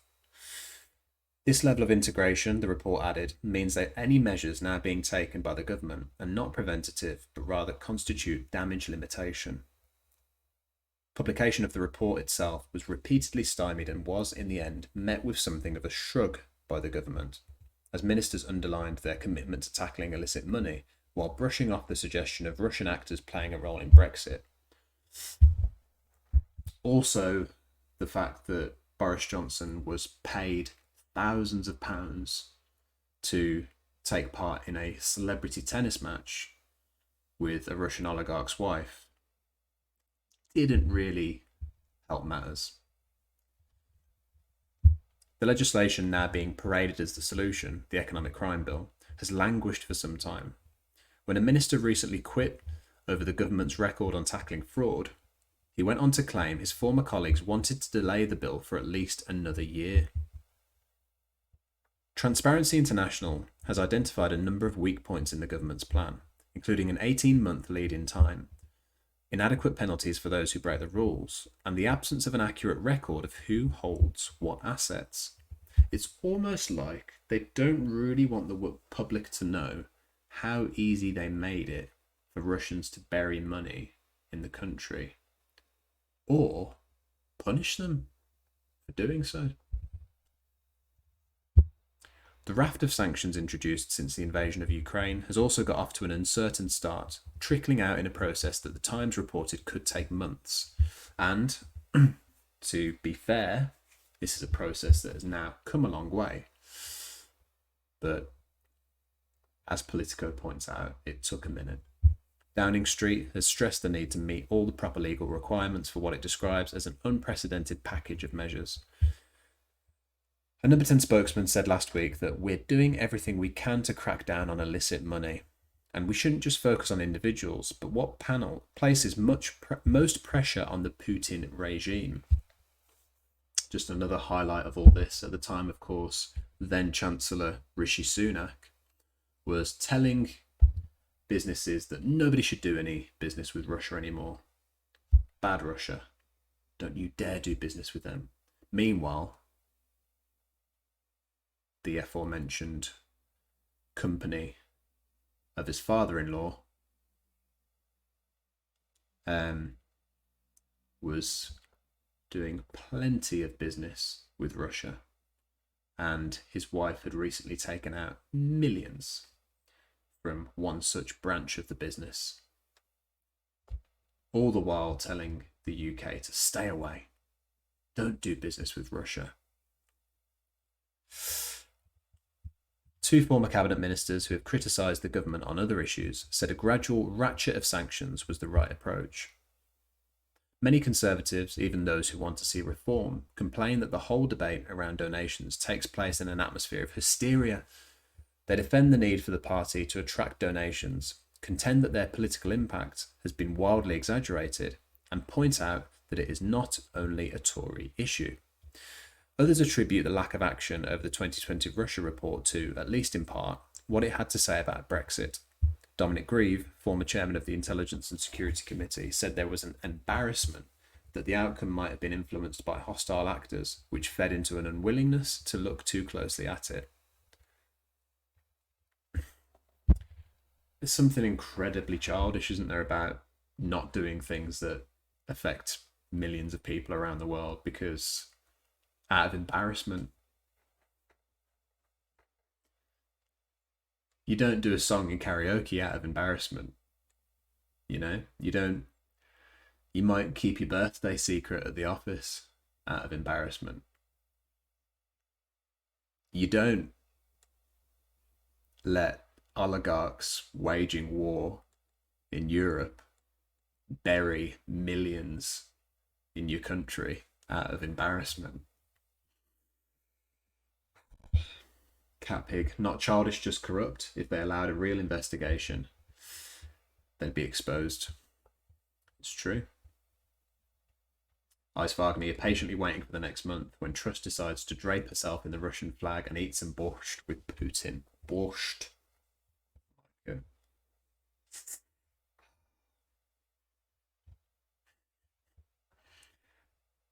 Okay.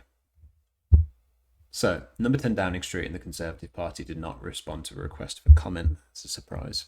Political change. While it may have taken Russian boots on the ground to spur the government into action, the sands were already shifting in the Conservative Party. Individual Tory MPs are increasingly willing to question the pure free market ideology associated with former Prime Minister Cameron and his then Chancellor George Osborne, mainly in the direction of China, but with an eye on Russia too.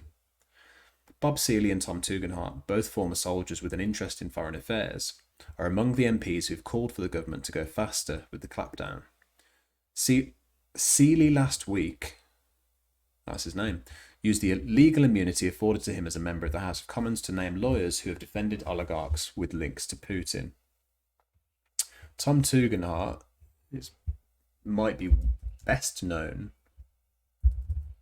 before the Tory leadership race for setting up something called, always have to remind myself of the proper name for it,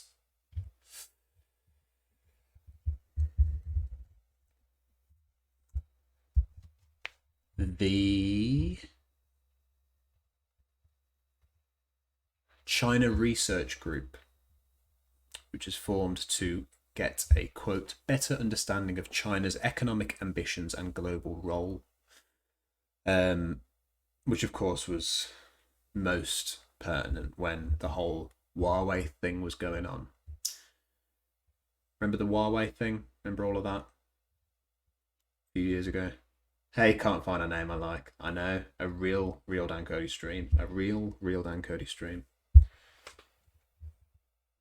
It's me as well. It's not a deep fake. So yeah, Tom Tugendhat. He was the China guy before all of this. Nigel Mills, a Conservative MP and co-chairman of the parliamentary grouping on anti-corruption, said the government's past ambivalence had left it weakened at precisely the point when it needed to move quickly. We needed a war for the government to decide this was the ethical and moral thing to do, he told a seminar hosted by the all-party parliamentary grouping on anti-corruption and responsible tax. Why have they all got such long names? Just think how much better a position we'd have been in last Thursday if we'd have these measures in place, and we'd know where all these kleptocrats have their wealth and been able to move much faster. Although they might not say so publicly, some in the party agree with the opposition's hammering of the government on this matter, which may have been a factor in Johnson's unusual offer to work cross-party to make improvements to the economic crime bill. And while many previous attempts to set out Britain's role in the world post-Brexit have fallen short, the effort to ostracise the Kremlin provides the Prime Minister an opportunity to show that the UK can really act in concert with allies when it counts. Fairly sure, looking back, that this was what Johnson was most hopeful would save him in the face of all of these unprecedented scandals. You know, whether it was Partygate or standing up for the alleged offender in government, I think all throughout it, he kind of had a little bit of hope that his friendship with Zelensky would save him, and that the country would say, no, actually, we can't get rid of you while this is going on in Ukraine. I genuinely think that was something that he was relying on. Johnson's domestic woes over the Partygate scandal, which has seen police investigating whether coronavirus lockdown busting parties broke the law, may have also made tough action against dirty money more likely. A former government official noted that this comes at a time when the Prime Minister's been under a lot of pressure, and while nobody would wish for something like this to happen, it's kind of a helpful way of a PM showing that there are other parts of his job that are really important. While the system that supports Londongrad faces an overdue reckoning, the Conservative Party is likewise expected to look more closely at its own inner workings. Many in the party are privately uncomfortable with some of CCHQ's money-raising antics, particularly the efforts of party chairman Ben Elliott, who was revealed to have set up an advisory group allowing donors to access the Prime Minister's top team. Cash for access for Russian money. I know we're doing a lot of this, by the way. But I think one of the things that's talked about less than should be. What time is it? 9 p.m. This is where I start to lose all my vocabulary. Yeah, one of the things that's not talked about enough is just how lockstep oligarchs and MPs were up until the war. You know, there was such apathy about the London grad situation. And so much money being funneled into the Tory party this way that we need to remember, because, you know, Johnson's friendship with Zelensky, you know, I think was intended to help save him, but also it's no doubt got a part guilt to it, not in the sense that Boris Johnson has any guilt, but in the sense that he was, you know, it has a cleansing effect. The UK doing the right thing, finally.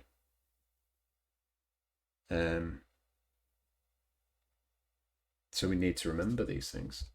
Hella Chilled, how you doing? Personally unsurprised why it took so long to replace Johnson with Boris Johnson, but with... I'll allow it. That's all about servicing a pretty grim group of people, said a senior Tory, who predicted those practices would begin to change. However, this is of little comfort to the staunchest critics of Russian influence in British life, who fear that failure over many years to grip the problem has left a lasting stain on both the country and its custodians in government. As one former advisor to the party observed, it's all very well saying that we've changed, but it's just ridiculous. It's too late.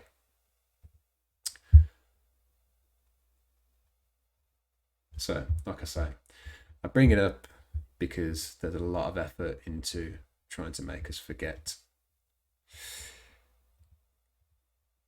Okay.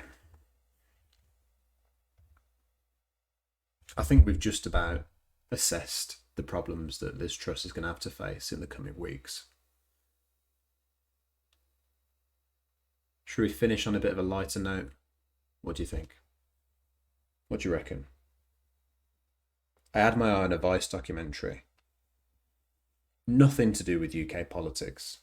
Should we go completely different? How about I get myself some water, come back, and we watch the kids that are skipping college to be TikTok famous. How about that?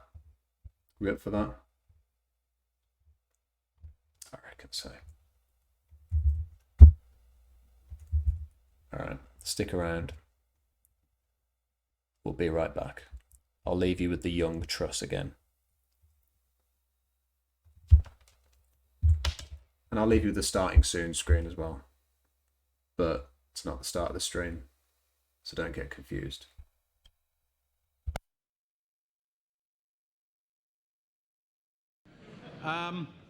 The next speaker is Elizabeth Truss from Oxford West and Abingdon and President of the Oxford University Liberal Democrats. And would Norman Baker stand by, please? Elizabeth. Conference. Before addressing this amendment, I have a few words for the press, who seem to be taking a close interest in this debate. This party, unlike Labour, will not duck and weave from debating the issues people are interested in. When they come to examine what we stand for, unlike the figure at the centre of this debate, we will not be caught with no clothes on.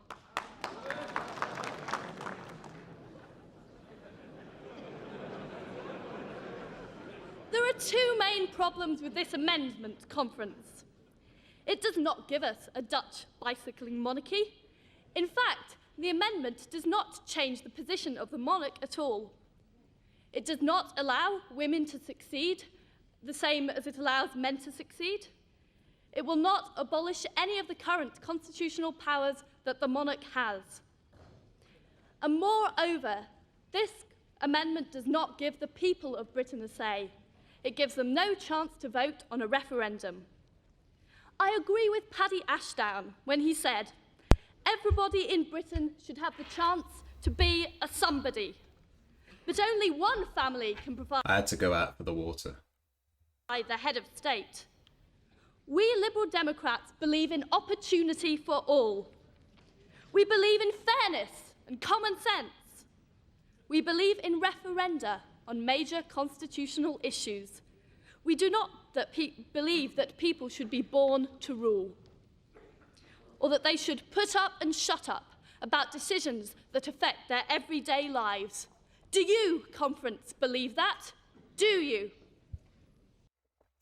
Is somebody as a reminder that is well set to crack down on protest like never before in this country. But you know, people shouldn't put up and shut up. Right, Vice documentary. Let's do it. Come on, let's finish on a lighter note. I hope it goes without saying, I fucking loved being back. I really, really, really enjoyed this stream. Really, really appreciate your subs. Like, you don't even know. Okay.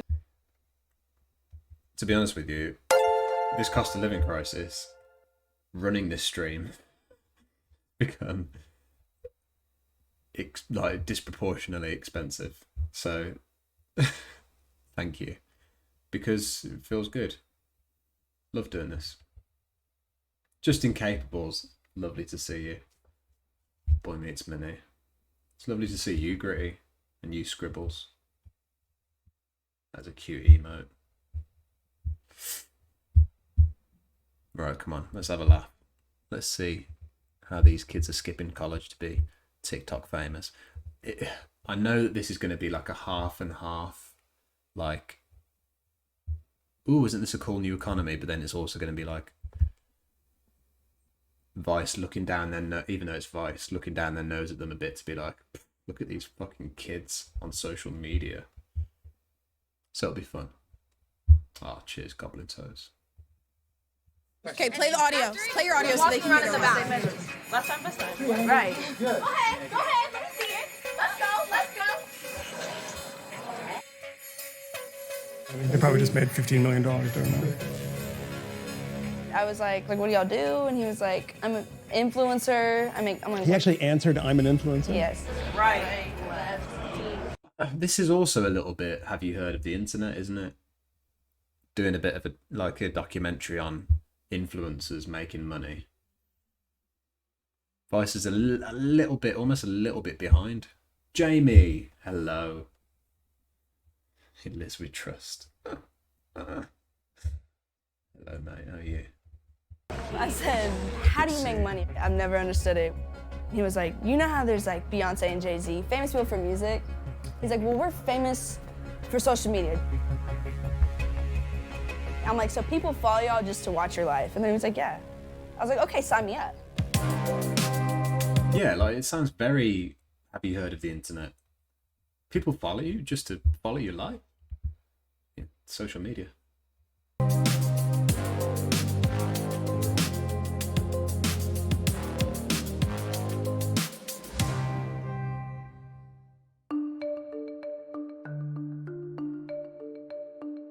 So we're in West Hollywood going to a TikTok house called The Vault, in which 6 people produce content of some sort for 1.5 million followers.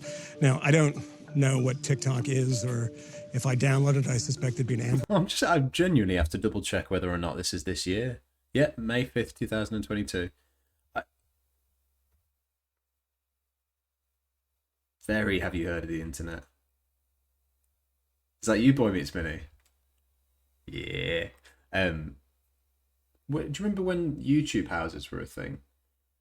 And it kind of came up and went away again very quickly. And I think maybe it went away so quickly, this trend, or maybe it didn't.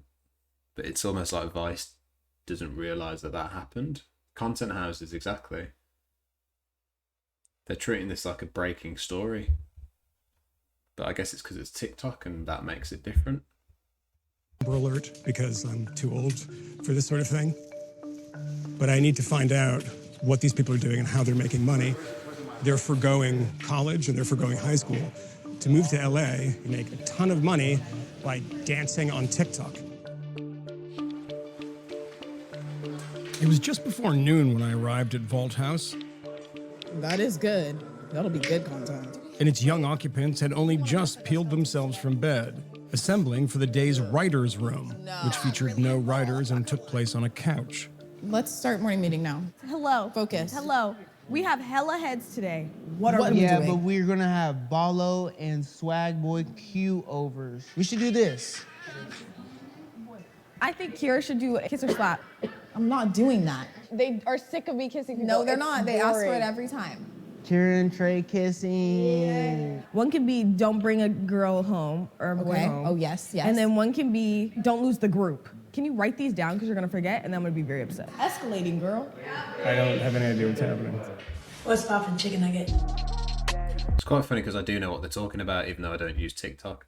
But it's like it's super creative, isn't it? It's like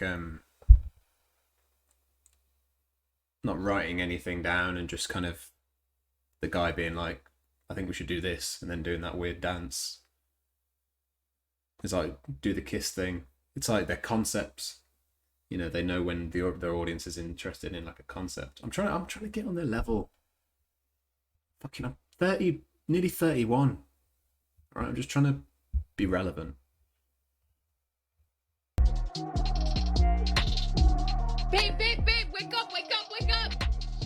I didn't want to go to the party. I wanted to go to the party to scare bitches. For the past few years, TikTok has been the fastest growing social media platform in the Boy meets Minnie, you do not look 30.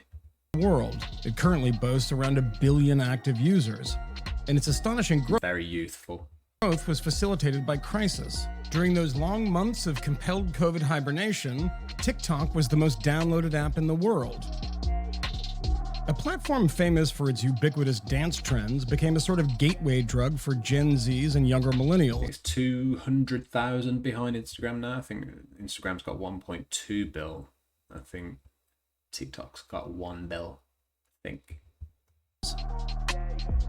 Those disinclined to flailing on camera sought notoriety on different terms. It's to gift me that money back. TikTok became a vast repository of makeup tutorials, unlicensed psychotherapy, questionable financial advice, and boorish humor. Potato salad. People like me are on it as well, of course. Unqualified political commentators are on it. Having a more female-based audience makes you more money. Can you explain to me what I was watching? TikTok is all run by like our age range. Who's the youngest person? How old are you? Can I ask? 18. You're 18. Oh, so that's the youngest. None of you are from LA, is that right? How do you get here? An old member that used to live here invited me just to come like stay and hang out. And that's somebody you knew through TikTok? Right. Somebody on TikTok. They offered to trial me, like see if I would be a fit for the house. I mean, does everybody remember that first time that somebody was like, I want to pay you for the shit that you do? I thought people were just doing videos for fun and just go like viral. I had people asking. Because of course that's what you do. If you're first, you just blow up. All you've got to be is first. You don't have to be good, you just have to be first.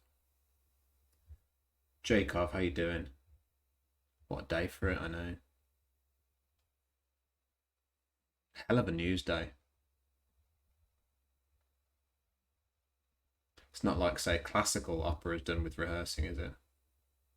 That rehearsal, I see what you mean. Cheddar stink. I might have to put this video on fast. Because I do need to jump off when I need to jump off. Let's see how we go. I need to stop commenting about innocuous things in the video, basically, don't I? To duet. Me to duet their videos and they'll pay me. And I'm like... And I know. I feel kids these days as well, though.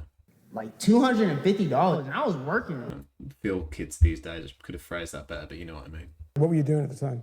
I was working at FedEx. Slightly better than working at FedEx, isn't it? Oh, way better. So on your own TikTok account before you came here, like how many followers did you have? Before I came out here, I had like 700,000. Right. Well, now I have 1.3 mil. But so you guys all have your own individual accounts still? And are you posting to those too? Yes. Yeah.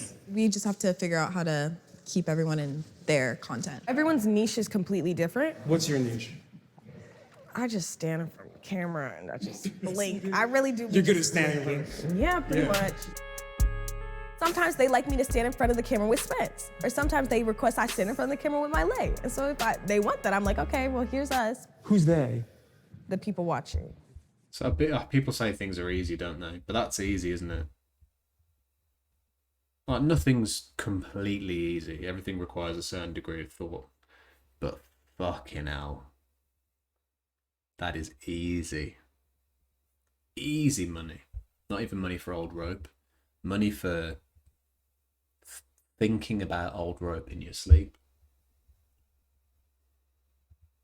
Oh, I'm glad a sexy dragon. Glad you're here. Who has the biggest following? How big is your following? Right now, I have 4.1 mil. I'm sorry, what that? 4.1. You know that's the size of Ireland. It's about 4 million population. How would you explain your appeal? They're not all going to be real, are they? Of course. It's like Twitter. TikTok. I'm just known as a scary chick on TikTok. She's actually talented. Let's rip this bitch off. Ant Lion, how you doing? The most successful video I have right now is like at 68 Joys of the million algorithm. views right now. I'm sorry, 68 Junk saying hello, mate. million views? Yeah. I'm sorry, what is it? It's just me like transforming, like turning into like a monster. Crush them. How is that monetized, the 68 million, even if it's fractions of a... That's a certain degree of something. It's a little bit of something. You know, it's a short thing. penny, that's a ton of money. I actually didn't get paid for that video. I didn't get paid for that video. Can you leave the number of your manager here so I can fire them for you? How do you make money? A lot of promo. A lot of promo. Wait, so you're not promoting your own stuff, you're promoting... No, that's all, yeah. People's songs. Stuff. She hasn't got any stuff. All promo. She hasn't got any stuff to... What is she promoting? Her blinking videos. The only way she can make money is by making a blinking video at a new hotel that's opened in California. Wearing a t-shirt from the new line of Yeezy or whatever, you know. People's songs, products. I have this one like inexclusive manager who gives me sound promos like songs. So like he's probably my biggest like income. Is that C taken? That's my lab. And as a manager, they take a cut, and they take like 15%? 50. Incredible. Can you imagine? 50? Yeah. Really? Agencies will sucker these kids that come from Nebraska or Ohio or like... Wait, isn't someone here from Nebraska? Him, that's why I said it. So there's Yeah, like yeah, a lot of exploitation in this world, right? Because most of the people are pretty young. Yeah. And don't have a ton of experience. It's like a pretty fertile ground for ripping people off. Right. But you guys make pretty good money, right? Mm. Yeah? For the most part, yeah. Just so you're not identifying yourself and what you make, what's like a range? Yeah, honestly, It depends on the person and what your content make is. a lot of money. It all depends on the engagement at the end of the day. Because I know people that have 5 mil followers, but I know people with 200K that still have better views than them. Yeah, and they get paid more. They get paid more. Like if I have like 2 mil and Spence has 1 mil, and my engagement is like 200,000 a vid. I think this is a very engaged. This is a very engaged audience. If you don't mind me saying. I think the Real Dan Cody stream has some of the most engaged viewers of any stream. I'd even go as far to say incredibly engaged. What do you think? Child exploitation is back in a big way. I know that's a serious point. It's just the way that you phrased it. Just really tickled me. Ah. Cheddar Stink, I'm so engaged, man. Bro, I'm so engaged. His engagement's $1 million a vid. He's gonna get more randos than me because he's gonna get pushed out more. I mean, it's kind of exhausting though, isn't it? Do you guys ever feel like, I don't want to do this anymore? No, because I know it's better. Literally, 2 answers right next to each other. No, yes. I know if Well, she doesn't have to do it anymore, does she? If she has to post a video of her blinking a few times a day, then she doesn't have to do anything except that. You could accidentally do that, couldn't you? So she could start a business. You know, she could do some charity work and do 3 blinking videos a day.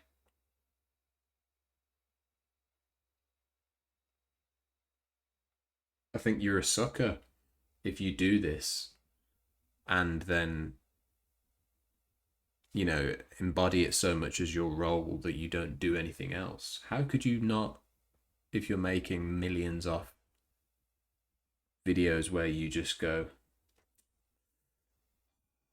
How would you just do that? I realise that capitalism makes you embody your roles that you know, do for money and that kind of thing. But yeah, as Jim says, creative dream. If all I had to do was just blink at my phone a few times a day and add a filter and I don't know, whatever else, talk to my agent for 5 minutes, the possibilities are endless. And then I can fund things that I want to do. Fucking forget it. Jesus. I'm not doing this, I'm in Nebraska. I was against Liz Truss's enthusiasm for causing a nuclear war, but Vice kind of got me coming around on the idea, if I'm honest. Bored up my ass. I'm working a 9 to 5. Okay, so what's today? What's the rest of the day look like? We have some guests coming over, some other creators. Is that normal? That you have like cross-pollination between other houses and things like that? Cross-pollination. I've not got the screen on. Sorry. Oh, what's a secret you never told your ex? The world of influencers is competitive, bitchy, and incestuous. That mean you chicken. A reality show spread across dozens of Southern California zip codes. The voice narrator saying that. Competitive, bitchy, and incestuous. You wouldn't get that from fucking David Dimbleby, would you? My first day sequestered in a TikTok house featured an impromptu gathering of LA-based TikTok celebrities. Okay, then we're gonna just go. We're going to 1.25 because my timekeeping's not good. Let's go. I don't have time for this. I'm not waiting for them. None of whom sparked even the faintest recognition. It was like being present for the recording of a teenage We Are the World, but with more bling and no charity. Oh, I'm back. I'm back in. That's perfect, isn't it? I kind of lost. I didn't like that guy for a bit then, but that was fucking perfect. A teenage We Are the World, but with no charity. That's how you guys make sure you're eating, drinking water, staying hydrated. Yeah, marketing is just like ideas. That's the hardest thing, coming up with ideas that like no one else does, just making it hard. Okay? One more time for the Alpha guys. But even their real-life social engagements are for the benefit of social media. One I forever trained on follower counts. Woo! That's a lot of work. Okay. So you increased 15 million in the past year. What on earth did you do to do that? And can you write it down on a small note card for me to do? Basically, like there's like a married couple or a couple, or it doesn't matter. And I'll be like, hey, like I'll pay you $10,000 if you let me kiss your girl right now. Can I give a girl a kiss for $10,000 all in cash? No, look, stop. We're not doing that. Huh? We're not doing that. Do you actually pay them? I mean, 9 times 10 of them went through on it. So look, I got this guy right here on Instagram. Do you know who this is? That's my boyfriend. A lot of guys don't sell their girls for money. Last and final offer, I got 50,000. That should have been the thumbnail of the video. That's the best quote that they've got so far. Well, a lot of guys don't sell their girls for money. Guys don't sell their girls for money. Last and final offer. Let's take the title off, don't I? Let's get rid of that title now. Hey, no more of that. I got $50,000. This is my last time telling you. Just for a kiss. On the lips. On the lips. Okay. All right. Yo, chill. 50K with me.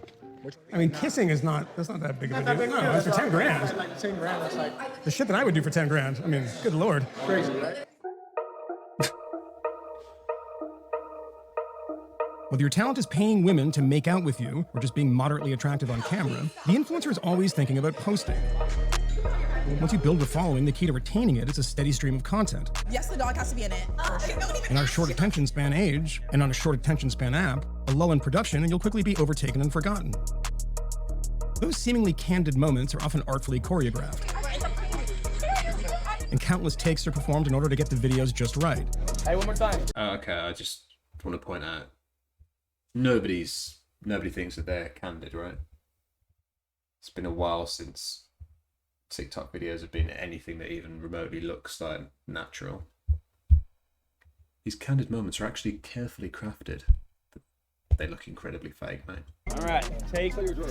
The life of the influencer might look like one big vacation, but, I'm repeatedly told, successful TikTok personalities take no time off. Alright, Catpig, this is the last thing we're doing. By the way. This is it. This is how it all ends, this stream. And vacations are only possible if sponsored by a brand. All right, let's rock and roll. Go ahead, Spencer. Spin. It's only 8 seconds, Poppy. Get it. We want to get the logo in the shot first. They're not candid? This is what I do, by the way. When I'm not on stream, this is like me and Jim and Trima So Yogi One, Gritty, we all live in one of these content houses. Just talk about the streams we're gonna do. Michelle Vanius is the brains behind Voltez. It's Vanius who recruits the talent, signs them to her TikTok agency, and moves them into one of her half-dozen TikTok houses. Good job. That looks good. How did you land on the TikTok influencer beat? So I was a little familiar having Yes, absolutely. I want to start a content commune. doing social media, web development. My daughter started a YouTube. There is not a slither of sarcasm in that, by the way. Like 13, I recognized very quickly that this was just basically celebrity endorsements, but on a different level. Yeah, and I saw feel how you, much Jen. money it was. We decided to focus on Gen Z. We had already been doing brand campaigns on TikTok since 2018, Moved to LA. way before anyone was even paying attention to that platform. And then COVID hit. We were able to double the agency during COVID in 2020. I mean, you're much more captive audience in those times. I mean, literally captive in a lot of... They were growing fast. You know, it was still cheaper than Instagram and YouTube. And we started a content house in April. Everybody can post, but no one has four walls to do traditional product placement like we do. So you might have a roster of influencers, but I got influencers in the house. You just sounded like a prison warden. I've got them on. You have them captured in this one house. It was COVID. You can't go anywhere. She really did sound like a prison warden.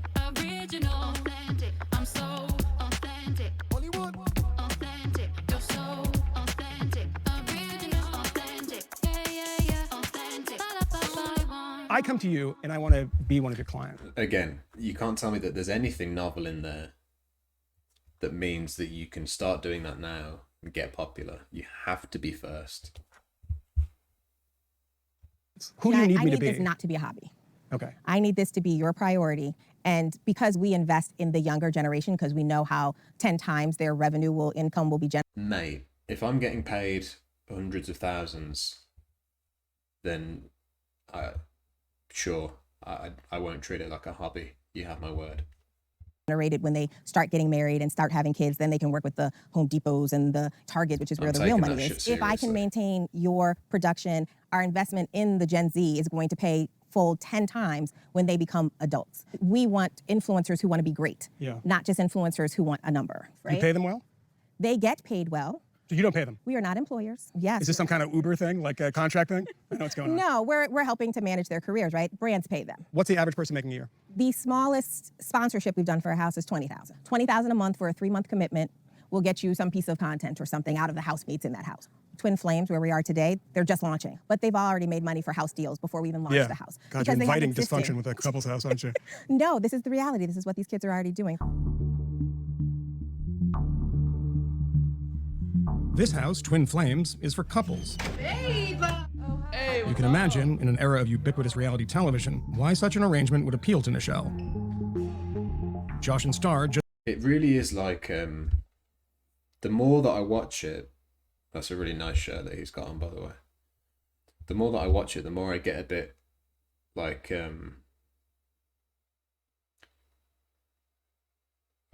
holy shit, the world doesn't work anymore. You know, like I'm watching an episode of Rick and Morty and they've gone to a alternative universe where people get paid to act like happy couples in front of a camera and wear things owned by brands, and they're all living in a house together and they get sponsored. Do you know what I mean? Does anybody else get that feeling? Or is it just my boomer brain kicking off?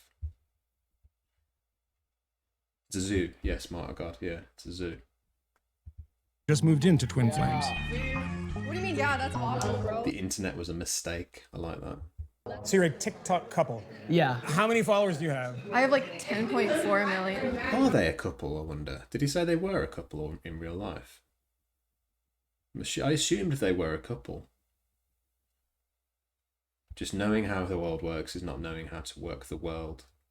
It's very, that's a bit absurdist. I like it. Is that lyric? Why? Why you guys over? He taught me how to like make a video blow up, and we kind of just learned the Because format. she was never familiar with TikTok. She wasn't even on the platform. Well, I always wanted to blow up anyway, so I probably would have figured it out. But I probably wouldn't have been at 10 mil right now. Do you make any money from that? A lot of money comes from brand deals. For me, like social media is maybe 20% of what I do. Like I also do website businesses, e-commerce. I do real estate. You couldn't do that without the money from social media, right? Oh yeah, social media is literally what provided all of that for me. So it was essentially for you, it was like seed capital started a company, right? Yes. I think social media helps me get signed to management and get my music career like started. Why did you choose to move into this house? When we like first were dating, I had a place in Glendale, and that place cost like $4,000 a month. So I'm like, you know what? Instead of like paying $4,000 a month, I'd rather come here. Save 50 grand for a year, yeah. Exactly. And do you know the other people that have moved into the house? 4,000 a month. Or there are people moving in, right? Yeah. Not everyone's moved in. Yeah, we have a new couple moving in, Danny and Lynn, because our other couple left. And they were no good? The guy was just like awful. What is it like living in a house that's not only with just two other couples, but under the microscope all the time, always having to perform? I love it. You love it? I love it. Yeah. You want more people like wanting to know about your life? Mm-hmm. I want to see them just like flood the DMs.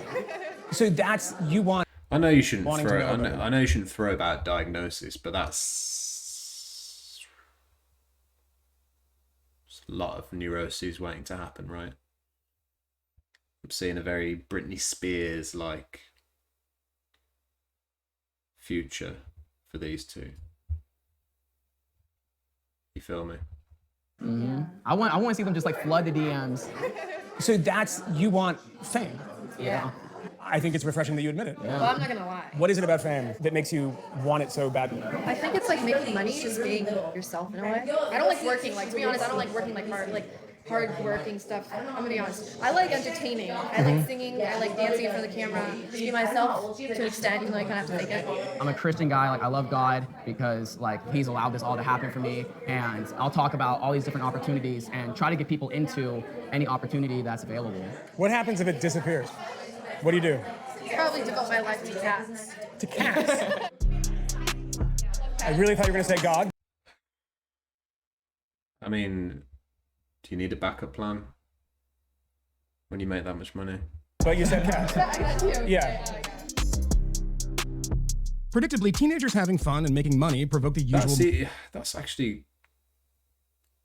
If that wasn't what it was, I'd be like, that's quite cool.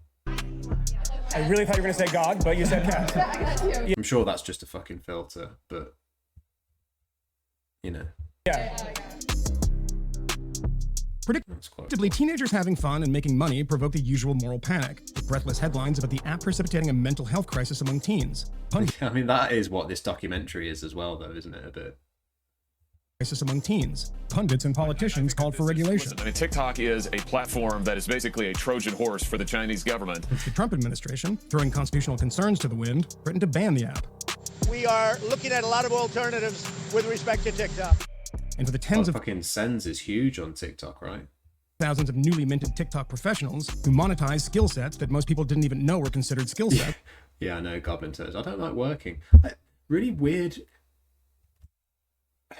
like controversial, right? But I actually don't like working all that much. I know that's weird, but the moral panic became an existential panic. There was this funny moment. It didn't look like it was actually happening with Donald Trump. Like, I'm going to ban TikTok. Yeah, I remember that. Pretend that happened. What would you do?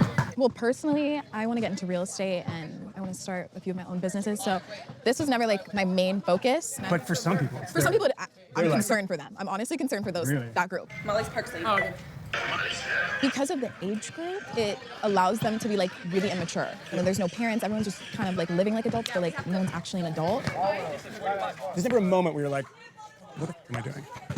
Do you ever do that? I don't think I have the time to do that. I just have to deal with it. But you make money. Yeah. For the work that you put in, it's definitely worth it. When you said the word work. Right, like I use that loosely. Yeah, it's work. It is. It's a bit like thank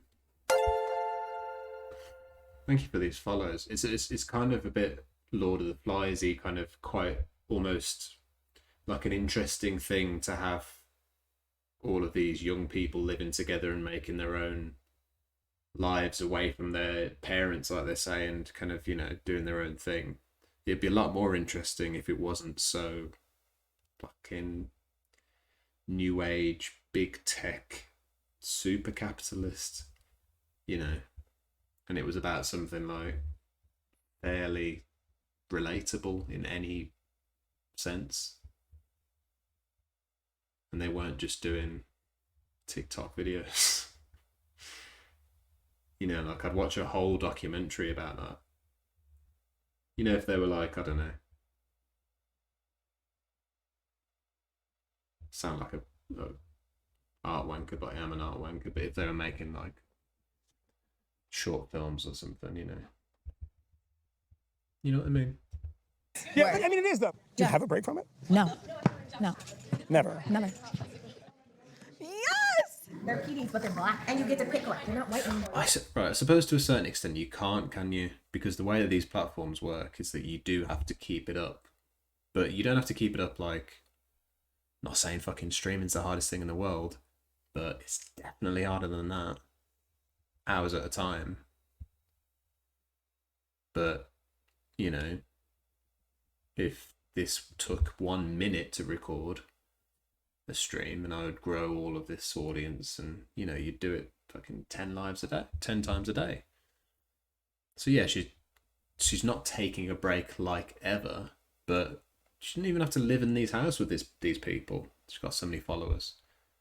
She can just live a life, take a minute to take some videos and keep living in whatever life she wants to live, surely. But Nichelle shrugs off the concerns Your snake's a thief. I will be getting a big one eventually. and puts her money where her mouth is. Her kids are TikTok influencers. TikTok is still new. Brands are still figuring it out. The younger generation are the ones that set the trends for pop culture. Why is there so much contempt for them doing that, though? There was a feeling when it was relegated to... Because everybody else has to get up every day and clock in and clock out. Of course.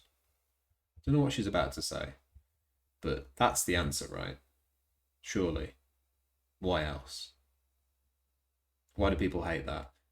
Obviously, it's because nobody gets to live this way. Yeah, the video's on 1.25. Because I gotta go in 5 minutes. To the athletes, the musicians, Yeah. the actors who could claim that sort of influence. Now when you open it up and you say anybody and everybody can do it, that puts a little more pressure on you to say, why can't you do it? Previous generations, including mine, you needed a degree. Even if you didn't have a college degree, you were gonna have some sort of technical training. Now you're back to Amy, who lives in Florida, and Amy is making more money than her parents wearing a bikini. That doesn't make everyone feel so good, because then if Amy can do it, why can't you? For me, I went to University of Pennsylvania. I'm an Ivy League grad. I'm expecting that my kids are going to go to top schools. Neither of my daughters decided to go to college. How do you feel about that? I know how much money this business makes. They can make 6 figures at an age that would have taken them getting a master's. Yeah, but if she has a Yale degree at 60 years old, she can make a ton of money. At 60 years old, what is it? One or two things happens. You do this, you make a tons of money, you have parents like my daughters have, and they teach you about savings and investing, and you created your own trust fund. You've created generational wealth. You will continue to make wealth if you continue to be an influencer and you haven't burned out. Or you can make money, spend it all, and be washed out, right? Same way you could get a college degree and become addicted to something and, you know, wash out too. Or again, are you talking about me?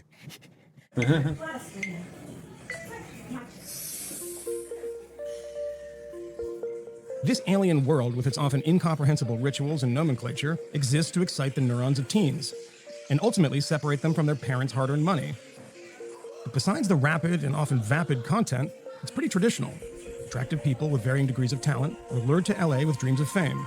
Some make it and some don't. And the ones who do are handsomely compensated. And after I don't know this, so I'm talking out my arse, but that varying degree isn't the degree between, I don't know,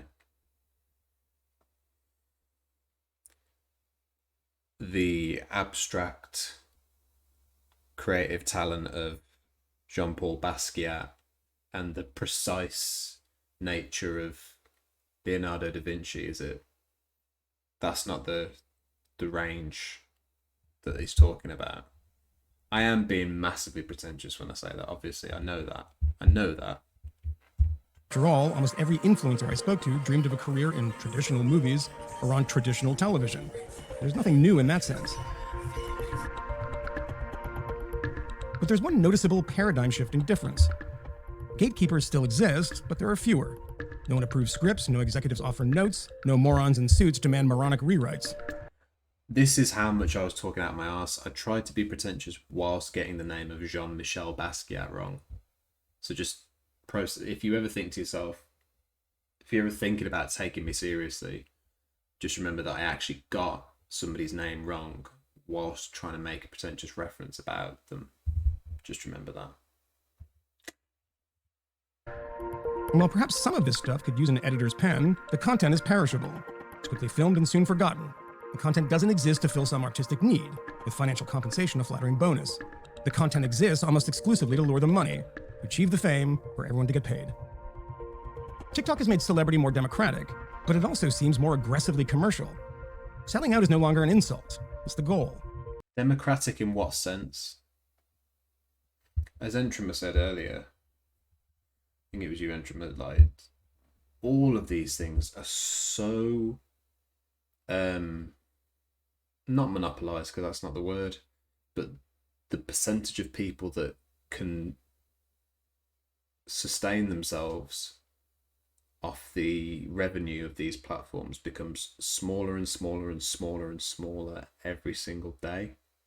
Like anything, Spotify or fucking YouTube or, you know, just anything, because it's diluted so much that you have to be part of the point, you know, percent to be able to be someone that can live off this. If the content creators... So yeah, democratic, sure, anybody can do it, but nobody statistically can survive. Create pointless content, the only thing left is the personality. Yeah, exactly. A small percent, massively, disproportionately successful. Yeah, like Hollywood is a democracy.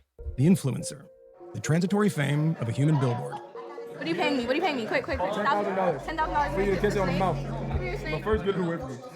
You kiss him first. That's it. You owe me $10,000. See, this is really how influencers make money on aimless bets. $10,000 made. Thanks, Mom. There was a time when I had Giant snake climbing on my body right now. Disgusting. Give him a kiss. No. Quick, give him a kiss. Get away from me. Get away from me. He had a lot of fun, didn't he, making that documentary? And you would, wouldn't you? It's just so ridiculous. Right. That was a light note to end on, wasn't it? Did we enjoy that? I think if I start doing heavier and heavier political streams again, we've got to end on a lighter and lighter note, haven't we? Until we're literally watching TikTok videos to chill out at the end of a stream. Just not even documentaries about TikTokers. Actually just all watching TikTok videos together to calm down after the politics. Or just me. I could just start making them live.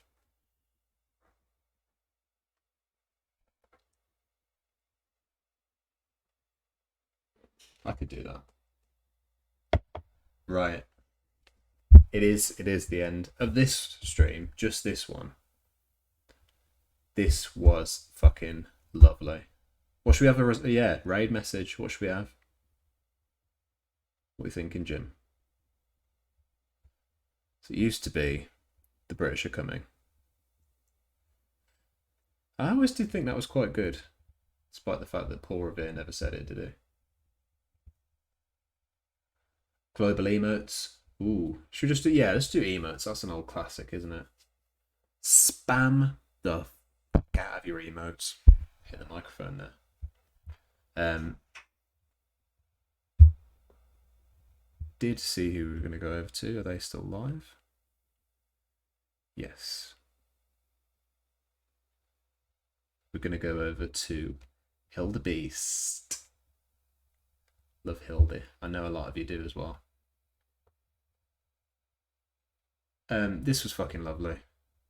It's good to have all of you here. Cheers, mains. Thank you, folks. This was lovely. Definitely missed yous. And yeah, I'm not going to leave it too long. So, take care of yourselves. We've got a new Prime Minister, haven't we? And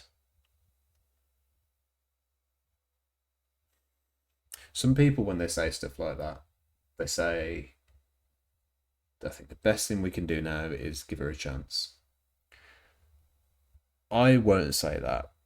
I'll say keep an eye on her. Because you do know her to a certain extent. We don't know her like we'll know her in a year, but we do already know her. And she hasn't earned our trust yet. And it's a tough time. So, yeah.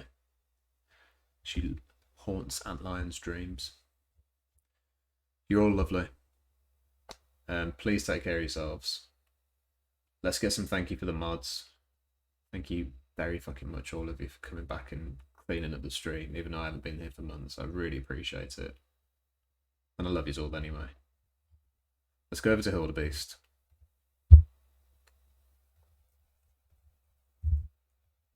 Can't remember how to do this now. Do it like that? Something like that? Yeah, is that how you start it? Yeah. Alright. Spam the hell out of those emotes when you get in there. Any emotes that you've got. Alright. Take care of yourselves. Please be safe. See you over at Hilda for a bit before I go to bed. Bye for now.